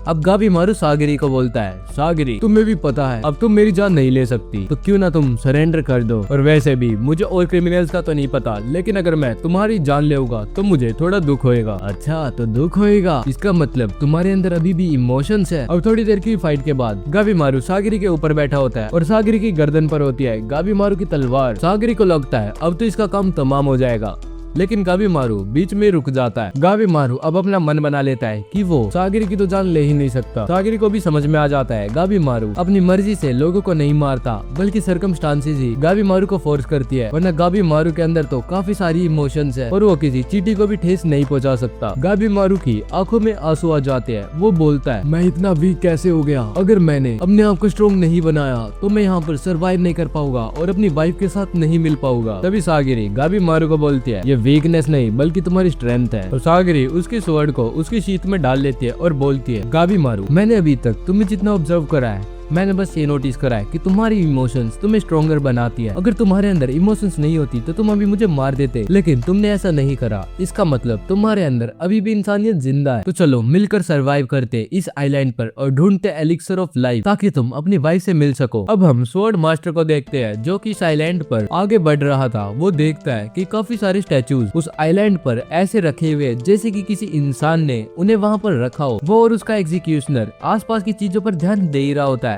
तभी एक बटरफ्लाई उसके हाथ पर आकर काट लेती है और जब वो स्वॉर्ड मास्टर उस बटरफ्लाई को ध्यान से देखता है तो उसको उस बटरफ्लाई के अंदर इंसान का मुंह दिखता है और वो तुरंत ही अपना हाथ काट लेता है। सामुराई बोलता है, ये तुमने क्या कर दिया, अपना ही हाथ क्यों काटा तुमने, लग रहा है तुमने ध्यान से देखा नहीं। ओए बच्चे देखो, यहाँ आसपास जितने भी इंसेक्ट्स हैं इनके ऊपर इंसानों का चेहरा बना हुआ है, ये हमारी दुनिया से है ही नहीं। और इसी के बाद मेरे हाथ को देखो, और वाकई में उसके हाथों से फ्लावर्स उग गए थे और तभी इनके चारों तरफ से और सारे मॉन्स्टर्स आ जाते हैं। इन मॉन्स्टर्स को देखकर ऐसा लग रहा था मानो ये इंसान हो जिन्हें की मॉन्स्टर्स में कन्वर्ट कर दिया गया हो। तभी आसपास और सारे मॉन्स्टर्स आने की वजह से ये दोनों लड़ाई के लिए तैयार होते हैं, लेकिन पीछे से एक जायंट मॉन्स्टर उठ जाता है जो कि दिखने में काफी डरावना था और यही सारे मॉन्स्टर्स भी गाबी मारू पर भी हमला करते होते हैं और गाबी मारू के आगे आया था एक अलग दिखने वाला मॉन्स्टर जिसका कि मुंह तो शार्क जैसा था लेकिन उसके कई सारे हाथ थे। और अब वो जाती है गाबी मारू और उन मॉन्स्टर्स के बीच में फाइट स्टार्ट। लेकिन इससे पहले हम ब्लेड ड्रैगन की बैक स्टोरी देख लेते हैं। इस बंदे का नाम है ब्लेड ड्रैगन। ये आसपास के 8 राज्यों में सबसे ज्यादा पावरफुल स्वॉर्ड्समैन है, जिसकी वजह से इनके टाउन के लॉर्ड ने इसे उसका पर्सनल ऑफिसर बनाने के लिए इसे इनविटेशन भी भेजा है। तो ऐसे ही एक दिन वो उस टाउन के लॉर्ड के साथ बैठकर साके पी रहा था। तब वो लॉर्ड बोलता है, ब्लेड ड्रैगन, तुम्हारा नाम ही बस ब्लेड ड्रैगन है, क्या तुम सच में किसी ड्रैगन को मार सकते हो? तो इस बात का प्रूफ देने के लिए जो ब्लेड ड्रैगन है वो उसके यहाँ का दरवाजा काट देता है, क्योंकि इसके दरवाजे पे बना था एक ड्रैगन। और वहाँ के लॉर्ड को लगा कि इस ब्लेड ड्रैगन के अंदर तो सच में काफी ज्यादा गुस्सा है और अगर ये चाहे तो इसके साथ इसके सारे गार्ड्स को भी मार देगा। तो इसी वजह से इसने यामाडा क्लैन के एक बंदे को बुलाया और इसे अरेस्ट करवा दिया। जब ब्लेड ड्रैगन अपनी स्टोरी अपने एग्जीक्यूशनर को बता रहा होता है तब उसका एग्जीक्यूशनर भी बोलता है, तुम्हारे जुर्म तुम्हें मारने लायक तो नहीं था ना, लग रहा है तुम्हारा लॉर्ड बेवकूफ है। बेवकूफ हो या नहीं, लेकिन उसकी वजह से पूरा का पूरा क्लैन मेरे पीछे पड़ चुका है, जस्ट बिकॉज मैं उनसे थोड़ा अलग और स्ट्रॉन्ग हूँ और हाँ मेरा पारा भी हमेशा हाई रहता है। तभी इसका एग्जीक्यूशनर जिसका के नाम असाउची था वो भी उसे बताता है, हाँ मेरे साथ भी सेम टू सेम कहानी है, मैं भी अपने क्लैन में सबसे अलग हूँ जहाँ पर पूरा दिन लोग स्वॉर्ड ट्रेनिंग करते रहते हैं। मैं वहाँ पर लाशों के साथ एक्सपेरिमेंट्स करा करता था जिसकी वजह से मुझे ह्यूमन बॉडी के अनगिनत सीक्रेट्स पता है, तो इसलिए मेरे आगे भागने की कोशिश तो मत करना। हाँ हाँ ठीक है। और इसके बाद ब्लेड ड्रैगन और असाउची जंगल के अंदर जाने लग जाते हैं। जब ये जंगल के अंदर जा रहे थे तो असाउची ब्लेड ड्रैगन से पूछता है, हाँ तो तुम्हारी क्या स्ट्रेटेजी रहने वाली है? सबसे पहले तो मैं अपने सारे कंपटीशन को खत्म कर दूंगा, लेकिन इसमें हमारा टाइम वेस्ट नहीं होगा क्या? होने दो, टाइम वेस्ट हो रहा है तो वैसे भी मैं यहाँ पर आया हूँ ताकि मैं हम तलवार की ताकत दिखा सकूँ सबको। और हाँ मेरे को प्रैक्टिस करने के लिए भी तगड़े तगड़े अपोनेंट मिले हुए हैं। अब वापस से हम गाबी मारू की फाइट में आते हैं जहाँ पर उस शार्क मॉन्स्टर ने गाबी मारू के ऊपर अपने 6 के 6 हाथों से हमला कर रहा था, लेकिन गाबी मारू फिर भी आगे बढ़कर उसका सर फाड़ देता है। लेकिन पता नहीं उस शार्क मॉन्स्टर को इतना कम डैमेज क्यों पड़ा था और वो गाबी मारू को जमीन में फेंक देता है। कागिरी गाबी मारू की हेल्प करने आती है, लेकिन गाबी मारू से बोलता है, ओए तुम पीछे रहो। तभी गाबी मारू को अपने मास्टर की बात याद आती है। रूल नंबर 5, अगर तुम्हें कोई भी अजीब सा अपोनेंट मिल जाए जिसके बारे में तुम्हें कुछ नहीं पता तो वहाँ से भाग जाओ। तो गाबी मारू सोच रहा होता है, यहाँ से मैं अकेला भागू या इसे भी लेके भागू। तभी वो शार्क मॉन्स्टर अपनी पूंछों से गाबी मारू को पकड़ लेता है और जमीन पर पटक देता है और गाबी मारू को इसी वजह से उसके हाथ में चोट भी लग जाती है। अभी दोनों प्लान बना लेते हैं कि यहाँ से भाग जाएंगे, लेकिन तभी ये देखते हैं इनके चारों तरफ काफी सारे मॉन्स्टर्स आ चुके हैं। अब गाबी मारू समझ जाता है कि ये यहाँ से भाग नहीं सकता, तो वो निंजुत्सु यूज करने के लिए रेडी हो जाता है और फिर एक निंजुत्सु का यूज कर इस रेड मॉन्स्टर के गले पर आकर अपने फायर टेक्निक्स को यूज करता है, जिसके बाद एक गोब्लिन भी उसके ऊपर हमला करता है, लेकिन वो गोब्लिन का भी काम तमाम कर देता है। धीरे धीरे कर गाबी मारू सारे मॉन्स्टर से अकेले ही लड़ रहा था और वाकई में गाबी मारू इतने बड़े मॉन्स्टर से जीत भी रहा होता है। कागिरी का ध्यान भटक जाता है, वो सोच रही होती है क्या मैं पैराडाइज में हूँ या फिर जहन्नुम में। तभी उसको नीचे से कुछ सेंट्रीपीड्स पकड़ लेते हैं और एक मॉन्स्टर उस पर हमला करने वाला होता है। तभी गाबी मारू आता है और सागिरी को बचा लेता है और उस शार्क मॉन्स्टर को भी एक दूसरा यामाडा का एग्जीक्यूशनर मार देता है और ये एग्जीक्यूशनर होता है यूजुरिया का। अब यूजुरिया गाबी मारू को बोलती है, देखा हमने तुम्हारी हेल्प कर दी गाबी मारू द होलो। गाबी मारू भी उसे थैंक यू बोलता है और फिर पूछता है, तुम्हें हमारे से क्या काम है, हम तो राइवल्स है ना। यूजुरिया आगे आती है और बोलती है, देखो अभी अभी तो यहाँ से मॉन्स्टर्स गए हैं और वैसे भी तुम काफी स्ट्रॉन्ग हो गाबी मारू, तो मैं तुम्हारे साथ रहना चाहती हूँ, क्यों ना हम मिलकर एक साथ काम करें। और गाबी मारू उसे जमीन पर पिन डाउन कर देता है और बोलता है, देखो मुझे पता है तुम एक कुनोइची हो और हाँ ये कुनोइची की सेक्सी टेक्निक्स मेरे पर काम नहीं आएगी, तो तुम अपना काम बताओ, क्या काम है तुम्हें? हाँ मुझे पता था ये तुम्हारे पर बिल्कुल भी काम नहीं आएगी, लेकिन मैं फिर भी सीरियस हूँ, क्यों ना हम एक साथ मिलकर काम करें और वैसे भी 5 लोग 3 लोग से ज्यादा सेफ रहेंगे ना। तभी सागिरी से पूछती है, ये बताओ तुम्हारे पास 2 असाइमन क्यों है? तब वो दूसरा असाइमन बताता है, दरअसल मैं इसका असाइमन नहीं था, मैं तो बल्कि इसके साथ वाले टीम पार्टनर का असाइमन था, लेकिन जब मैंने देखा कि इसने कैसे चालबाजियां कर मेरे बंदे को मार दिया तो मैं समझ गया कि इस पर एक असाइमन का कुछ भी फायदा नहीं है, इसके पास तो 2 भी कमी रहेगी, तो इसलिए अब मैं इसके साथ साथ आइलैंड पर आगे बढ़ रहा हूँ। अबे ओए साफ बोलना, ये लड़की है इसलिए तू भी आगे आ रहा है इसके साथ साथ, साले परवर। अब सागिरी गाबी मारू को बोलती है, अगर तुम दोनों चाहो तो एक साथ मिलकर काम भी कर सकते हो, मुझे इस बात से कोई भी प्रॉब्लम नहीं है। और यूजुरिया गाबी मारू से गले लग जाती है और गाबी मारू उसे वापस से जमीन पर पिन कर देता है और गाबी मारू बोलता है, मैं कुनोइची पे ट्रस्ट नहीं कर सकता। तभी वो कुनोइची भी गाबी मारू को जमीन पर गिराकर बोलती है, ट्रस्ट की तो मैंने बोली नहीं, मैंने तो बस काम करने की बोली है। और वैसे भी अगर हमें एलिक्सर ऑफ लाइफ मिल भी गया तो हम दोनों में से किसी एक को ही पार्डन मिलेगी, तो उस टाइम पे हम फाइट कर मामला संभाल सकते हैं। और वो गाबी मारू के आगे हाथ फैलाकर भीख मांगने लग जाती है। हम गाबी मारू बोलता है, अच्छा अगर ऐसी ही बात है तो मुझे तुम्हारे साथ काम कर क्या मिलेगा। हाँ अब करी ना तुमने मुद्दे वाली बात, तो हमारे पास ये काफी सारी इन्फॉर्मेशन है। देखो सबसे पहले मैं तुम्हें एक छोटी सी चीज बता सकती हूँ ताकि तुम मेरे पर थोड़ा भरोसा कर सको। तो यहाँ के जो बग्स है वो हमारे लिए रियल थ्रेट है। वे ह्यूमन बेस्ड बटरफ्लाई है, लेकिन जब वो काट लेती है तो इंसान फूलों में कन्वर्ट हो जाता है। तुम्हें ये सारी चीजें कैसे पता? मैंने अपने उस बेवकूफ टीममेट को यूज करा जिसका की नाम मोरो था, और उसके ऊपर मैंने हर एक एक्सपेरिमेंट कर दिया था, जिसकी वजह से मेरे पास मोर देन इनफ इन्फॉर्मेशन है। और इसके बाद अब उसका एग्जीक्यूशनर बताता है, देखो यहाँ पर जितने भी स्टैचूज हमने देखे हैं वे ऐसे लग रहा है जैसे बुद्धा के स्टैचू। और इसी के साथ साथ एक और थ्योरी भी आती है जैसे कि बुद्धा और टाओ दोनों एक साथ ब्लेंड कर रखे हो, क्योंकि इन स्टैचूज ने गर्दन में जो मोतियों की माला पहन रखी है वो टाओइज्म में लोग पहनते हैं। अब वो कुनोइची बोलती है, हाँ तो क्या तुम्हारा मैं अपनी टीम में स्वागत कर लूं। गाबी मारू बोलता है, फिर भी तुम मेरी हेल्प से भी सरवाइव करना क्यों चाहोगी, और वैसे भी तुमने तो हमें इन्फॉर्मेशन दे दी ना। तो कुनोइची बताती है, देखो मैं असली बात बताऊँ तो मेरी एक छोटी बहन भी है जो कि हमेशा बीमार रहती है, इसी वजह से मैं एक कुनोइची बनी। मैंने इतनी ज्यादा हेलिस ट्रेनिंग को सरवाइव करा, लेकिन जब मैं कैसल के अंदर इन्फिल्ट्रेट कर रही थी तो पूरा का पूरा विलेज मेरे पीछे ही पड़ गया। मेरे को तो बस थोड़ी सी दवाई चाहिए थी। गाबी मारू बोलता है, अब तुम अपनी रियल स्टोरी भी बता सकती हो, मुझे पता है तुम कुनोइची को ये सारी फेक स्टोरी सिखाई जाती है। अच्छा तो ऐसी बात है क्या? तो सुनो, मेरे को घर पे बस वापस जिंदा जाना है, और क्योंकि अभी मेरी उम्र ही क्या है। अब गाबी मारू उससे पूछता है, देखो ये मेरा आखिरी क्वेश्चन है, इसका आंसर ध्यान से देना, तुमने तुम्हारी टीममेट मोरो के साथ क्या करा? तो वो बताती है, जब मोरो के ऊपर काफी सारे फ्लावर्स उग गए थे तो मुझे जबरदस्ती उसे मारना पड़ा। अब उसका एग्जीक्यूशनर आगे आता है और बोलता है, हाँ तो चलो अब इन्फॉर्मेशन शेयर करते हैं, लेकिन वो कुनोइची मना कर देती है। यूजुरिया बोलती है, अब क्योंकि हम एक साथ काम कर ही रहे हैं तो इन्फॉर्मेशन शेयर कर कुछ भी फायदा नहीं है। और अब वे दोनों एक दूसरे के साथ बात करने लग जाते हैं कि जब से वे आइलैंड पर आए हैं उनके साथ क्या क्या हुआ है। लेकिन तभी सागिरी जमीन पर गिर जाती है, वो बेहोश हो चुकी थी। अब हम एक और यामाडा क्लैन के मेंबर की बैक स्टोरी जानते हैं।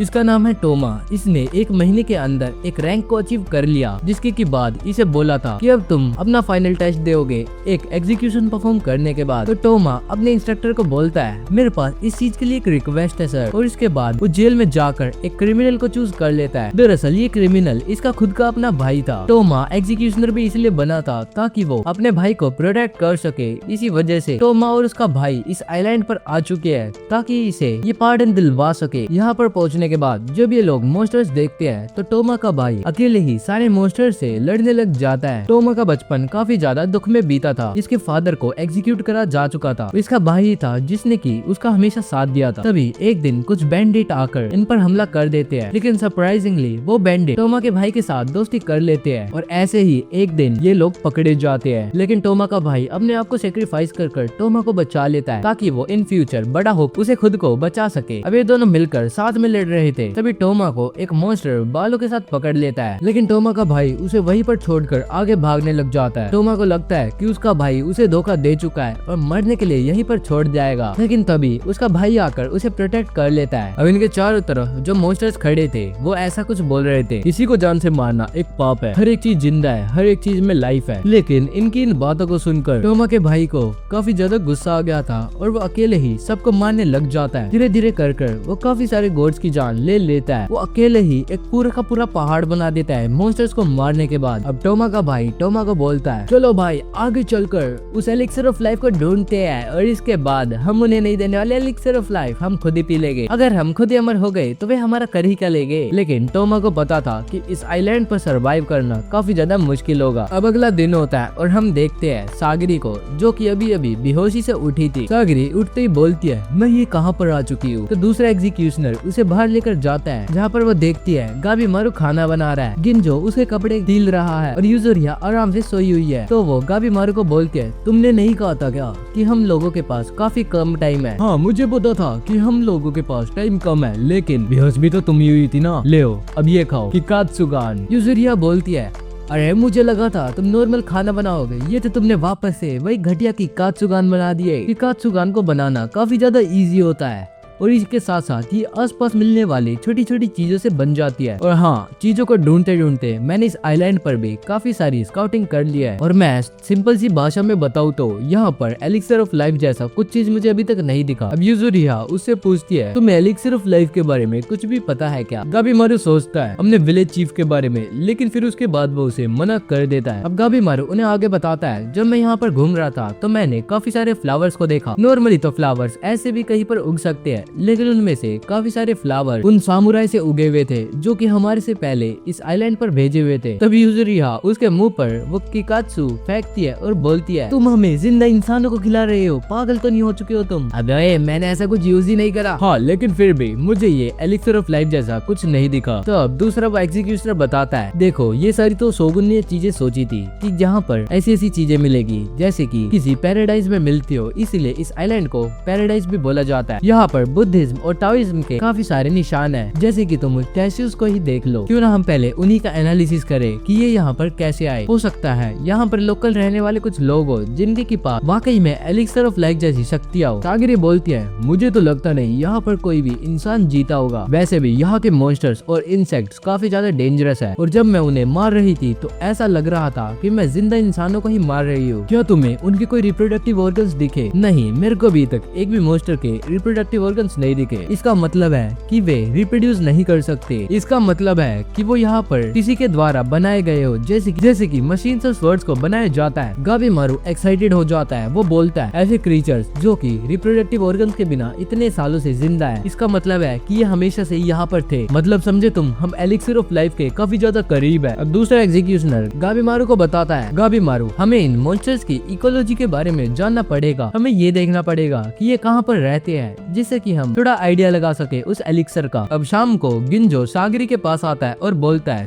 सागरी मैं यहाँ से जाना चाहता हूँ, वैसे भी अब तुम संभाल ही लोगी और मेरा क्रिमिनल भी मर चुका है। या तो मैं चला जाऊँ या फिर तुम भी जा सकती हो, क्योंकि जिस हिसाब से तुम अभी बेहोश हुई थी मुझे तुम्हारी फिक्र है। सागरी उसे बोलती है, ये मेरी जॉब है और मैं इसे छोड़कर यहाँ से नहीं जाऊंगी। गिंजो उसे बोलता है, देखो मुझे भी पता है और तुम्हें भी पता है तुम गाबीमारू को नहीं हरा सकती, और इसके बाद तुम्हारी तो यामाडा क्लैन की स्वॉर्ड भी टूट चुकी है। ऐसी बैटलफील्ड पर रहने का तुम्हें कुछ मतलब नहीं है। एक काम करो, तुम वापस चली जाओ, मैं यहाँ पर सब संभाल लूंगा। तभी सेंटा नाम का दूसरा एग्जीक्यूशनर भी आ जाता है। वो उन्हें बोलता है, देखो गिंजो, यहाँ पर रहना जितना मुश्किल है उतना ही मुश्किल है यहाँ से अकेले जाना, और वैसे भी तुम्हें याद नहीं है कोई भी सामुराई यहाँ से वापस नहीं जा पाया था। इसका मतलब समझे तुम, इस आइलैंड से जाना नामुमकिन है। मुझे तो ऐसा लगता है कि आसपास कोई बैरियर लगा हुआ है। तभी हम बाहर की तरफ देखते हैं, एक एग्जीक्यूशनर और उसी के साथ उसका क्रिमिनल फोक के अंदर बोट चला रहा था। ये लोग गुम हो चुके थे। तभी वो लड़की बोलती है, सामुराई लग रहा है तुम पागल हो, तुमने ओशन करेंट्स के बारे में कुछ भी नहीं पढ़ा। मैं जब छोटी थी तो मुझे मेरे दादाजी ने ओशन करेंट्स के बारे में पढ़ाया था, और वैसे भी अगर हम आइलैंड छोड़कर यहाँ से जाएंगे तो मुझे वैसे भी एग्जीक्यूट करा जाएगा, तो हम क्यों ना आइलैंड पर वापस चले। तब वो सामुराई बोलता है, नारुगी यहाँ पर जितने भी क्रिमिनल है उन सब में मुझे तुम काफी अच्छे लगे, और तुम जीना सबसे ज्यादा डिजर्व करते हो। मैं इंश्योर करूंगा कि तुम आइलैंड पर जाने के बाद भी जिंदा रहो। अब तभी इन्हें आगे एक शिप दिखता है और ये खुश हो जाते हैं, लेकिन वो शिप नहीं, वो एक शिप रैकेज था। यहाँ पर काफी सारी शिप इंक्लूडिंग वे शिप जिसके के अंदर ये बैठकर इस आइलैंड पर आए थे, टूटे फूटे पड़े थे। यहाँ पर थे काफी सारे सी मॉन्स्टर। ये दोनों तैयार हो जाते हैं लड़ने के लिए, लेकिन तभी एक मॉन्स्टर इनकी तरफ बढ़ता है और इनकी बोट को तोड़ देता है। अब नारुकी उसे बोलती है, तुम मेंटल तो नहीं हो, अगर तुम अपनी स्वॉर्ड निकालोगे तो यहाँ के सी क्रीचर्स तुम्हारे ऊपर टारगेट करेंगे, क्योंकि ये एक शाइनी ऑब्जेक्ट है। तभी इनके चारों तरफ और भी सारे मॉन्स्टर्स आ जाते हैं। ये लोग बड़ी आराम से उनसे लड़ रहे थे। नारुकी नहीं चाहती थी कि वो मरे, क्योंकि वो सांका ब्लड लाइन की आखिरी मेंबर थी। वो याद करती है कि वो कैसे पकड़ी गई थी। दरअसल वो एक एमिशी थी। एमिशी वे लोग होते हैं जो कि शोगुन की बात नहीं मानते। दरअसल ये एमिशी भी नहीं थी, ये तो बस उन लोगों के साथ रह रही थी, जिसकी वजह से सामुराई इसे पकड़कर ले गए और एग्जीक्यूट करने के लिए विलेज के जेल में डाल दिया। लेकिन तब ये असाइमोन इसके पास आया और इसे जिंदा रहने का एक ख्वाब दिखाया। अब तभी ये लोग आगे भागते भागते देखते हैं एक एग्जीक्यूशनर जिसके की पूरे शरीर में से फ्लावर्स निकले होते हैं। इसका नाम था कीशो। इसे वो मॉन्स्टर्स खा जाते हैं। अब इन दोनों के चारों तरफ वापस से और सारे मॉन्स्टर्स आ जाते हैं। नुरुगी उसे बोलती है, एक काम करो, तुम यहाँ से भाग जाओ। ओए लड़की तुम पागल हुई होगी। ओए लड़की तुम पागल हो गई हो क्या? नहीं, मैंने अपना फेट डिसाइड कर लिया है। मेरे को डिवाइन पनिशमेंट मिल रही है। मेरी ही वजह से मेरे दादाजी की डेथ हुई थी। अगर मैं यामाडा क्लैन के मेंबर्स को अपने विलेज की तरफ नहीं लेकर जाती तो वे अभी भी जिंदा होते। मुझे जीने का कोई भी हक नहीं है। तुम जाओ, अपने आप को बचा लो। वे मॉन्स्टर्स नुरुगी पर हमला करते हैं, लेकिन सामुराई सामुराई नुरुगी को प्रोटेक्ट करता है, तो सारे मॉन्स्टर्स को अकेले ही मार रहा होता है। और वो सामुराई नुरुगी को एक स्वॉर्ड दे देता है और बोलता है जल्दी से उस बोट पर जाओ और यहाँ से भाग जाओ, मैं भी तुम्हारे पीछे पीछे आ रहा हूँ। और अब ये लोग वापस से आइलैंड पर ही आ गए थे। वे सोचते हैं लग रहा है इस आइलैंड के चारों तरफ के करंट्स आइलैंड की तरफ ही बढ़ते हैं, जिसकी वजह से यहाँ से एस्केप करना नामुमकिन है। ऊपर से मुसीबत पैदा कर देते हैं वे मॉन्स्टर। अब वे लोग बढ़िया अपने ऊपर का खून साफ करने लग जाते हैं, जिसमें सामुराई को पता चलता है कि नुरुगी एक लड़की है। उसे लग रहा था नुरुगी अभी तक एक लड़का है। नुरुगी बोलती है अच्छा लग रहा है तुम्हें मैं पसंद आ गई, एक काम करते हैं यहाँ से जाने के बाद शादी कर लेते हैं। अबे बच्चे चुपचाप नाले। इस तरफ गेंजी सागरी को बोलता है मैं यहाँ से जा रहा हूँ और एलाइज को लाने, ताकि तुम यहाँ से आराम से एस्केप कर सको। अब रात हो जाती है और सागरी गाबी मारू के पास आती है। गाबी मारू से बोलता है क्या तुम पूरी रात मेरे पर नजर रखना चाहती हो? हाँ, और वैसे भी अब मैं सोने के लिए और असाइनमेंट्स के साथ बारी बारी कर सकती हूँ। अब गाबी मारू सागरी से पूछता है क्या तुम अब कोई बेटर फील कर रही हो? सागरी को समझ में नहीं आता ये गाबी मारू को हो क्या गया है। तब गाबी मारू बोलता है अबे ऐसा वैसा कुछ नहीं है, शादीशुदा हूँ मैं तो बस इसलिए पूछ रहा था क्योंकि तुम इंसेक्ट्स के पॉइजन से काफी ज्यादा डैमेज हो चुकी हो। सागरी को समझ में आ जाता है गाबी मारू सुबह से अभी तक कहीं पर इसलिए नहीं गया क्योंकि सागरी बीमार थी। गाबी मारू सागरी को बोलता है हाँ तुमने सही सोचा, लेकिन इसी के साथ साथ मैं आज पूरा दिन स्ट्रेटेजी बनाने में वेस्ट कर चुका हूँ ताकि मैं इवागो के विलेज में जाने से पहले मरू ना और अपनी वाइफ के साथ पूरी जिंदगी आराम से बिताऊं। अब गाबी मारू सागरी को बोलता है सागरी तुम काफी ज्यादा स्ट्रॉन्ग हो, लेकिन मैं तुमसे ज्यादा स्ट्रॉन्ग नहीं हूँ गाबी मारू। नहीं, मुझे ऐसा नहीं लगता। मैंने आज तक जितने भी अपोनेंट से फाइट करी है तुम उन सब में सबसे ज्यादा स्ट्रॉन्ग हो और तुम ही हो जो मेरी जान ले सकती हो। गाबी मारू की बात सुनकर सागरी के अंदर कॉन्फिडेंस आ जाता है और जब अगले दिन गिंजो सागरी के पास आता है तो सागरी उसे बोलती है मैं इस आइलैंड पर रहकर अपनी जॉब को पूरा करूंगी। मैं लोगों को ये दिखा दूंगी कि वुमेन का काम सिर्फ बच्चे पैदा करना नहीं होता, बल्कि वो एक दिन यामाडा क्लैन की लीडर भी बन सकती है। अगर मैं यहाँ से भी चली गई तो मुझे पूरी जिंदगी रिग्रेट होता रहेगा। गिंजो उसे वापस समझाने की कोशिश करता है, लेकिन सागरी उसके आगे झुककर बोलती है प्लीज तुम मुझे ऐसे सामुराई देखो, वुमेन नहीं। तभी गिंजो को गुस्सा आ जाता है। वो बोलता है मैं तुम्हें ये दिखा दूंगा कि तुम सामुराई नहीं हो। वो ऐसा बोलकर सागरी पर हमला करता है, लेकिन सागरी उसके हाथ से उसकी स्वॉर्ड को ही छीन लेती है। लेकिन तभी गेंजी के पीछे वही जाइंट मॉन्स्टर आ जाता है और फिर एक ही हमले में वो गेंजी की जान ले लेता है। तो अब हम रुक्रिटो की बैक स्टोरी को जानते हैं। रुक्रिटो जब एक छोटा बच्चा था उसे बहुत ज्यादा भूख लगा करती थी। उसे इतनी भूख लगती थी जितनी की पूरे की पूरी फैमिली को लगती है। उसके मम्मी पापा उसे 24 घंटे बस खाना ही खिलाते रहते थे। ऐसे ही एक दिन जब ये टीनेज में आया तभी से इतनी भूख लगी कि ये जिंदा इंसानों को खाने लग गया और ये एक एक कर पूरे विलेज के हर एक इंसान को खा गया। अब हम वापस से आते हैं जब रुक्रिटो ने गिंजो को इतनी जोर से फेंका था कि वो पेड़ में जाकर गिरा था। गिंजो का पेट का एक हिस्सा पूरी की पूरी तरह फट गया था। सागरी उसके पास भागते भागते आती है, लेकिन गिंजो बोलता है मेरी तो जान नहीं बच सकती, सागरी तुम ही भाग जाओ यहाँ से। लेकिन तभी रुक्रिटो सागरी के पीछे आ जाता है और वो उस पर हमला ही करने वाला होता है, लेकिन तभी गाबी मारू आता है और उसके मुंह पर इतनी जोर की किक मारता है कि वो जंगल के 3 पेड़ों को भी गिरा देता है। गाबी मारू समझ जाता है कि ये बंदा जो इसके आगे खड़ा है वो एक मॉन्स्टर है, कोई इंसान नहीं। तो यहाँ से भागना तो नामुमकिन है, तो चलो इसके साथ फाइट करते हैं। अब गाबी मारू के दिमाग में अपने चीफ की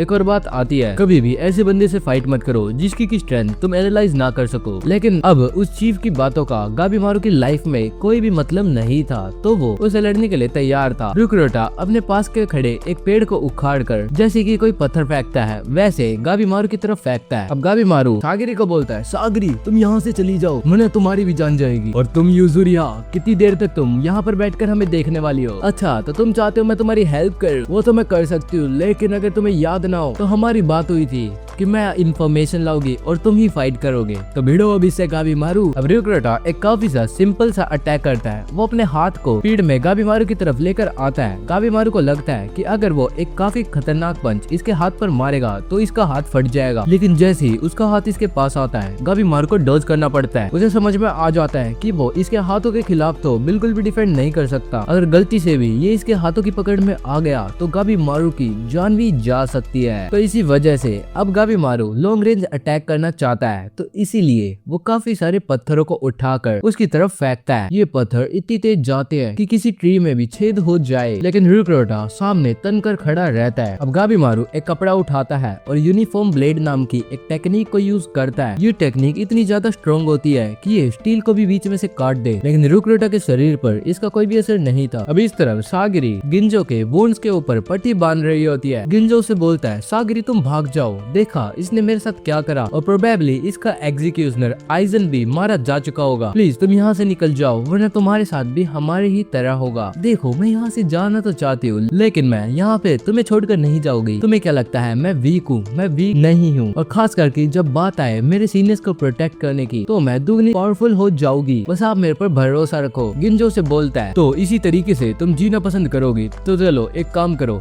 ये लो मेरी स्वॉर्ड और जाकर उस रुक्रोटा को मार दो और मेरा और आइजन का बदला उस जाइंट मॉन्स्टर से लो। इधर गाबीमारू सोच रहा होता है अगर मैं इस पर निंजुत्सु का यूज करूँ तो क्या मैं टाइम पर इसके ऊपर हमला कर डॉज कर पाऊंगा। लेकिन जब इस बार उस जाइंट का हाथ स्विंग होता है तो देखता है उसकी एक उंगली कट चुकी है और इसकी उंगली कट करी थी हमारी सागिरी ने। वो बोलती है किसी भी ह्यूमन बॉडी को कितना ही स्ट्रॉन्ग बना लो उसके बोन्स के अंदर हमेशा गैप होते हैं और यामाडा असाइमोन की वो एंशिएंट टेक्निक उन्हीं हिस्सों को टारगेट कर दिया है तो अब तुम मरने वाले हो। अब सागिरी और गाबीमारू एक साथ मिलकर लड़ने की सोचते हैं। सागिरी गाबीमारू को बताती है कि अगर तुम इसकी गर्दन के बोन्स के बीच के गैप को टारगेट करोगे तो तुम इसे आराम से एक सिंगल ब्लो में मार सकते हो। गाबीमारू बोलता है एक काम करो तुम ही उस हिस्से को टारगेट करो, मैंने कभी ऐसी कोई प्रैक्टिस नहीं करी, मैं इसके अटैक्स को हैंडल करता हूँ। और गाबीमारू उसके अटैक्स को इवेड कर रहा था। सागिरी ने उसके पैर पर हमला करने की कोशिश करी लेकिन उसके पैरों की हड्डी तो कटी ही नहीं। अब सागिरी पूरा का पूरा फोकस करने लग जाती है और रुक्रोटो भी इन पर हमला करता है। गाबीमारू उसके हमले को रीडायरेक्ट करता है लेकिन सिर्फ रीडायरेक्ट करने में ही उसके पैर कांप जाते हैं। अब ये दोनों प्लान बना रहे होते हैं कि ये इसके हिस्सों को कैसे काटेंगे, लेकिन तभी उन्हें किसी शेर की दहाड़ की आवाज सुनाई देती है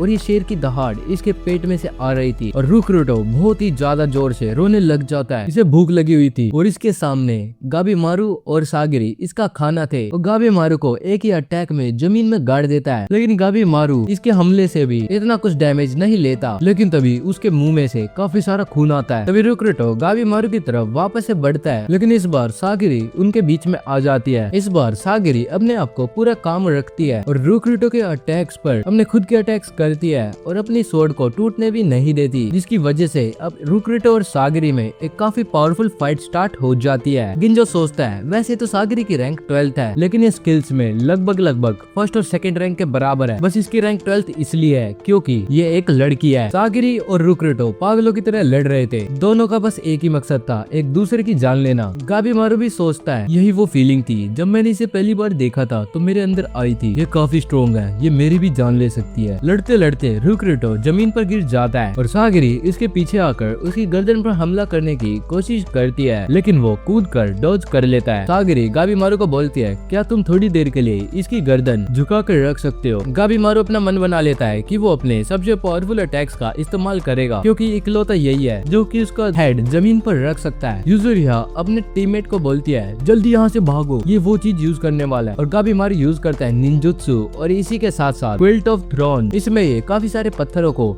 निंजुत्सु में मिलाकर गिंजो की तरफ फायर करता है। ये सारे अटैक्स इतने पावरफुल होते हैं कि आसपास के प्लांट्स भी जलने लगते हैं और पूरे जंगल में आग लग जाती है। और इनकी स्ट्रेटेजी थी जंगल में आग लगाने की ताकि वो इतना धुआं जनरेट कर दे कि रुक्रोटो को सांस लेने में ही दिक्कत हो जाए और वाकई में ऐसा ही होता है। गाबीमारू बोलता है स्मोक में कार्बन मोनोऑक्साइड नाम का पार्टिकल होता है जिसकी वजह से जब वो हमारे शरीर के अंदर घुलता है तो वो एक पॉइजन का काम करता है और हमारी बॉडी में ऑक्सीजन की कमी हो जाती है। लेकिन इसमें हमारे लिए भी दिक्कत है, अगर हम ज्यादा देर तक इस जंगल में रहे तो हम भी आग में फंस जाएंगे। अब तभी रुक्रोटो जमीन पर गिर जाता है और सागिरी पूरी तैयार होती है उसे मारने के लिए। रुक्रोटो फाइट बैक करने की कोशिश करता है लेकिन गाबीमारू उसके हाथ को पकड़ लेता है और अब सागिरी काफी कामली उसकी गर्दन पर हमला करती है और फाइनली रुक्रोटो की जान चली जाती है। अब गाबीमारू सागिरी को बोलता है सागिरी यहाँ से जल्दी चलो, इस आग को देखकर काफी सारे मॉन्स्टर्स यहाँ पर आ जाएंगे। सागिरी जाने से पहले गेंजी के बारे में सोचती है लेकिन फिर वो अपनी जान बचाने के लिए वहाँ से भाग जाती है क्योंकि उसे गेंजी की बातें याद आती है। अब काफी सारे मॉन्स्टर्स गाबीमारू और सागिरी के आगे आ जाते हैं। इन्हें लगता है ये तो आज गए लेकिन ये सारे मॉन्स्टर्स दरअसल आग की तरफ बढ़ रहे थे। अब गाबीमारू बोलता है तो चलो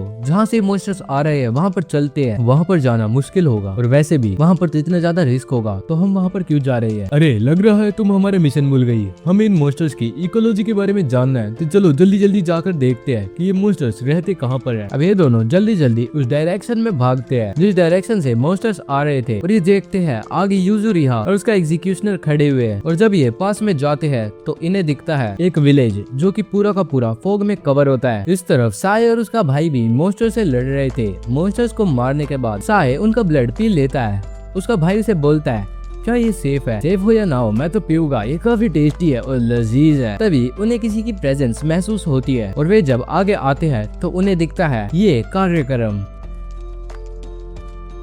तो अब सीन शिफ्ट होता है एजे की तरफ, जो कि अपने भाई के साथ मिलकर काफी सारे मॉन्स्टर्स के साथ फाइट कर रहा था। मॉन्स्टर्स को मारने के बाद वो उन मॉन्स्टर्स का खून पीने लग जाता है और बोलता है, यार ये तो काफी ज्यादा लजीज है। उसका भाई उसे बोलता है, क्या ये सब कुछ सेफ है? लेकिन तभी उन्हें किसी चीज की प्रेजेंस महसूस होती है और जब ये लोग वहाँ पर जाते हैं तो ये सीन चल रहा होता है। ऐसा लग रहा था मानो ये दोनों लड़कियां उस जंगल में ये सब कर रहे हो। ये दोनों हैरान हो जाते हैं, लेकिन तभी इन दोनों को वे लड़कियां देख लेती है। उनमें से एक बोलती है, तो इस जंगल में ह्यूमंस क्या कर रहे हैं और ये मॉन्स्टर्स पागल हो चुके हैं क्या? इन्होंने अभी तक इन्हें मारा क्यों नहीं? तुम्हारी बातों से लग रहा है कि तुम ह्यूमंस नहीं, तुम भी मॉन्स्टर हो। ये मॉन्स्टर्स भी किसी भी काम के नहीं है, मुझे इनके साथ खुद ही सब कुछ निपटाना पड़ेगा। और ऐसा बोलकर वो एक लड़के में ट्रांसफॉर्म हो जाती है। इस तरफ हम गाबीमारू को देखते हैं, जो कि बाकी क्रू के साथ बात कर रहा था, क्योंकि इन्होंने अभी अभी इस विलेज को ढूंढा था। तो ये सोच रहे थे एक स्टोरी के बारे में, जिसमें कि ऐसा बोला जाता था कि इस विलेज में एक हर्मिट रहता है। सबसे पहले उसी ने एलिक्सर ऑफ लाइफ की खोज करी थी और वो भी इमोर्टल है। तो ये सोचते हैं अगर हम इस विलेज के अंदर एंटर होएंगे तो हो सकता है यहाँ पे रहने वाले लोग हम पर हमला कर दे। और ये भी हमें ये नहीं पता कि वे लोग कितने स्ट्रॉन्ग हो गए, क्योंकि अभी तक वे इन मॉन्स्टर्स के साथ सर्वाइव कर रहे हैं। तो क्या हमें इस विलेज के अंदर जाना चाहिए या फिर नहीं? लेकिन इन्हें पीछे से एक लड़की देख रही होती है और गाबीमारू उसे तुरंत ही नोटिस कर लेता है और उसके पीछे भागने लग जाता है। जब गाबीमारू इसके ऊपर से कपड़ा हटाता है तो देखता है ये तो एक छोटी सी बच्ची है। लेकिन तभी एक ट्री मॉन्स्टर गाबीमारू पर हमला कर देता है। अब गाबीमारू वापस से उस लड़की के पीछे भागने लग जाता है और सागिरी उसे रोकती है। तो गाबीमारू से बताता है, हो सकता है ये लड़की यहीं पर रहने वाले उन लोगों में से हो,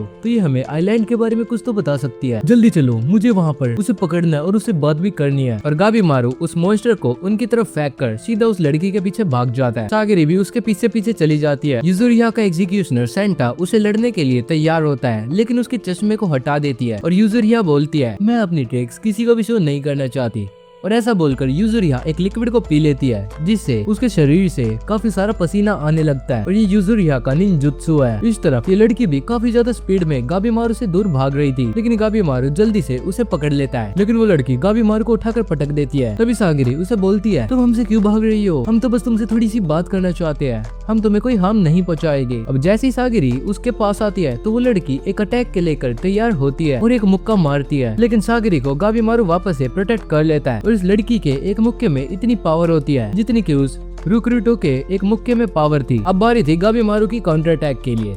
गाबीमारू सोच रहा था ये छोटी बच्ची है, लेकिन इसके अंदर इतनी पावर को देखने के बाद गाबीमारू इसे पास में पड़ी एक बेल से बांध देता है। वो उसे बोलता है, मैं यहाँ पर सिर्फ एलिक्सर ऑफ लाइफ को ढूंढने आया हूँ, मेरा काम और मत खराब करो, चुपचाप बताओ जो भी तुम्हें पता हो। लेकिन वो लड़की गाबीमारू का स्केरी फेस देखकर रोने लग जाती है और अब गाबीमारू उसे अपनी रस्सियों से खोल देता है और सागिरी उसे प्यार से मनाने लग जाती है। यूजुरिया उनके पास आती है और बोलती है, उस मॉन्स्टर का काम तमाम हो चुका है, जल्दी से चलो। और अब ये चारों वापस से सेंटा के पास आते हैं, जिसके के पास वो मॉन्स्टर पड़ा हुआ होता है। और वे लोग बोलते हैं, जल्दी से इसे एलिक्सर ऑफ लाइफ के बारे में पूछो। लेकिन सागिरी बोलती है, पहले इसे शांत हो जाने दो, ये बच्ची है अभी। तभी वो जो मॉन्स्टर होता है वो बोलने लग जाता है। वो बोलता है, इसे छोड़ दो, मुझे इसे वापस दे दो, मैं तुम्हें विलेज तक लेकर जाऊंगा और तुम्हें सारी चीजें बताऊंगा जो एलिक्सर ऑफ लाइफ के बारे में होती है। यूजुरिया उस पर विश्वास नहीं करती, लेकिन तभी वो बोलता है, मेरे पास विलेज में काफी सारा खाना और नहाने के लिए एक बाथ हाउस भी है। और यूजुरिया जल्दी से मान जाते हैं, क्योंकि उसे नहाने का बहुत ज्यादा मन कर रहा था। सागरी को अभी भी इस बंदे पर शक था। गाबीमारू बोलता है, मैं किसी भी चीज को हरा सकता हूँ जब तक कि मुझे वो एलिक्सर ऑफ लाइफ के बारे में कोई भी हिंट दे। इधर ये लोग विलेज में आ जाते हैं, जहाँ पर हर एक घर टूटा फूटा पड़ा था। और ये मॉन्स्टर बताता है कि इस विलेज को बने हुए लगभग 1000 ईयर्स हो चुके हैं, चलो मैं तुम्हें अपने घर पर लेकर चलता हूँ। और जब ये लोग इसके घर में आते हैं तो वहाँ पर अलग अलग डेकोरेशन थी। तो गाबीमारू से पूछता है, क्या तुम सचमुच यहाँ पर रहते हो? तुम तो एक मॉन्स्टर हो ना। गाबीमारू को बीच में रोककर बोलती है, ये बकवास बातें बाद में करना, जल्दी से मुझे बाथ हाउस के बारे में बताओ, मेरे को नहाना है। और फिर यूजुरिया आराम से नहाने लग जाती है और गाबीमारू सेंटा को बोलता है, अबे ओए, ये तेरी क्रिमिनल है ना, इसे संभाल के क्यों नहीं रखता तू? तभी वहाँ से वो वुड मॉन्स्टर और वो बच्ची फायरवुड कलेक्ट कर लेकर आती है। यूजुरिया उसे बोलती है, क्यों ना तुम मुझे ज्वाइन करो। अब हम बाथ हाउस के अंदर का सीन देखते हैं। यूजुरिया के आगे सागिरी खड़ी होती है। सागिरी उसे बोलती है, जल्दी से नहा लो, तुम भी क्यों ना मुझे ज्वाइन कर लो। सागिरी, फालतू के थॉट्स मत लाओ, मैं बस यहाँ पे तुम्हें ऑब्जर्व करने आई हूँ, कहीं तुम यहाँ से भाग न जाओ। लेकिन फिर थोड़ी देर बाद सागिरी भी बाथ हाउस में आ जाती है। अब ये लोग मजे से नहा रहे होते हैं, तभी वो बच्ची भी अंदर आती है और उनके लिए ये कपड़े लाई थी। इस तरफ गाबीमारू और सेंटा के लिए वो वुड मॉन्स्टर काफी सारे फ्रूट्स ले आता है। इसे देखकर सेंटा को काफी ज्यादा भूख लग जाती है, लेकिन गाबीमारू बोलता है कि हो सकता है ये फ्रूट्स पॉइजनस हो, तो मैं इन्हें नहीं खाऊंगा। तभी वो मॉन्स्टर बोलता है वो बच्ची भी इन्हीं को खाती है, ये पॉइजनस नहीं है। तुम्हारा उस बच्ची के साथ क्या रिलेशन है वो मैं तुम्हें नहीं बताऊंगा। हाँ चलो कोई नहीं,